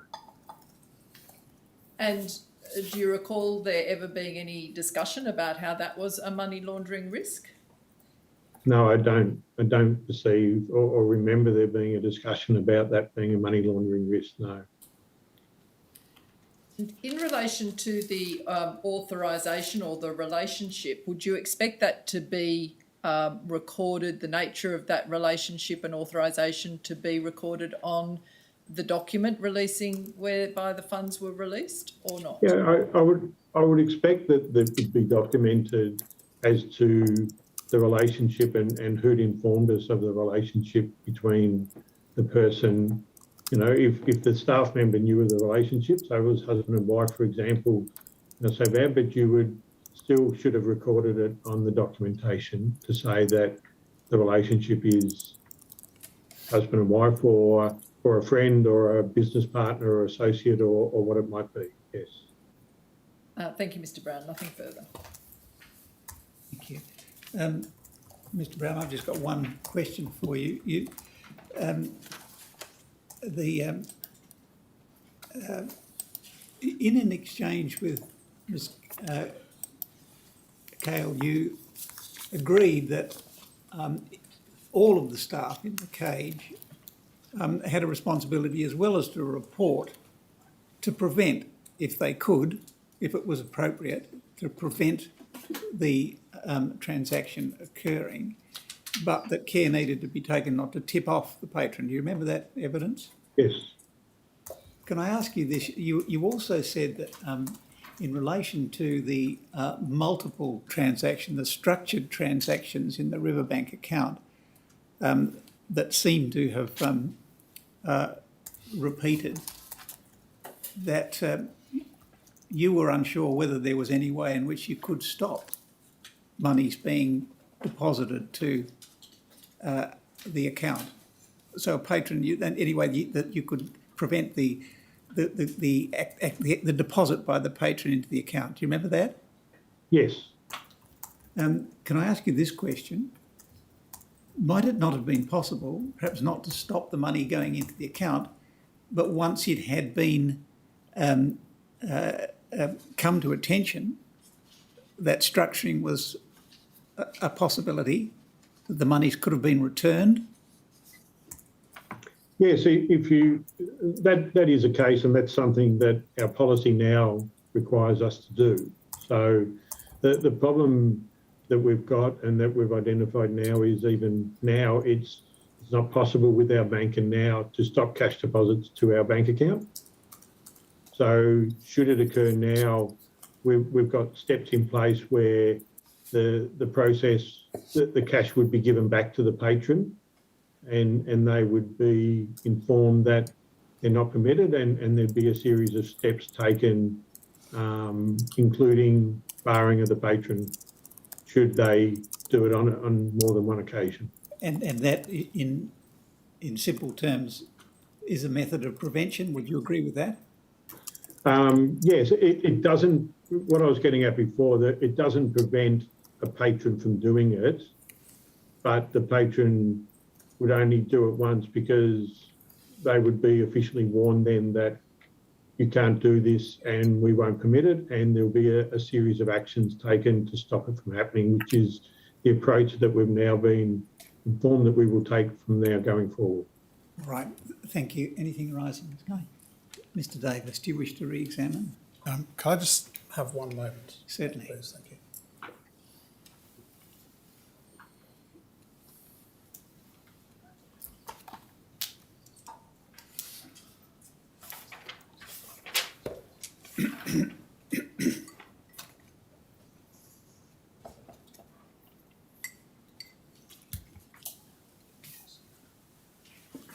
Nothing rising, thank you. All right, thank you. Just before we close, my associate has drawn to my attention that there may have been an occasion this afternoon where inadvertently the witness, in looking at an email that was the subject of cross-examination, may have disclosed the name of a patron. We will check the transcript for that, and if that is the case, their name will be redacted. And in the meantime, can I remind everyone of the general non-publication order in relation to the naming of a patron, unless the name is already in the public arena. Mr. Brown, thank you for your evidence and thank you for your time.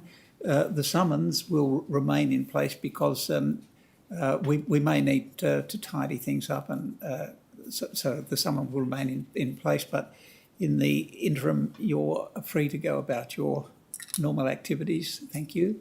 And we'll adjourn to, is it 10 a.m. tomorrow? 10 a.m. tomorrow morning. It was 11 a.m.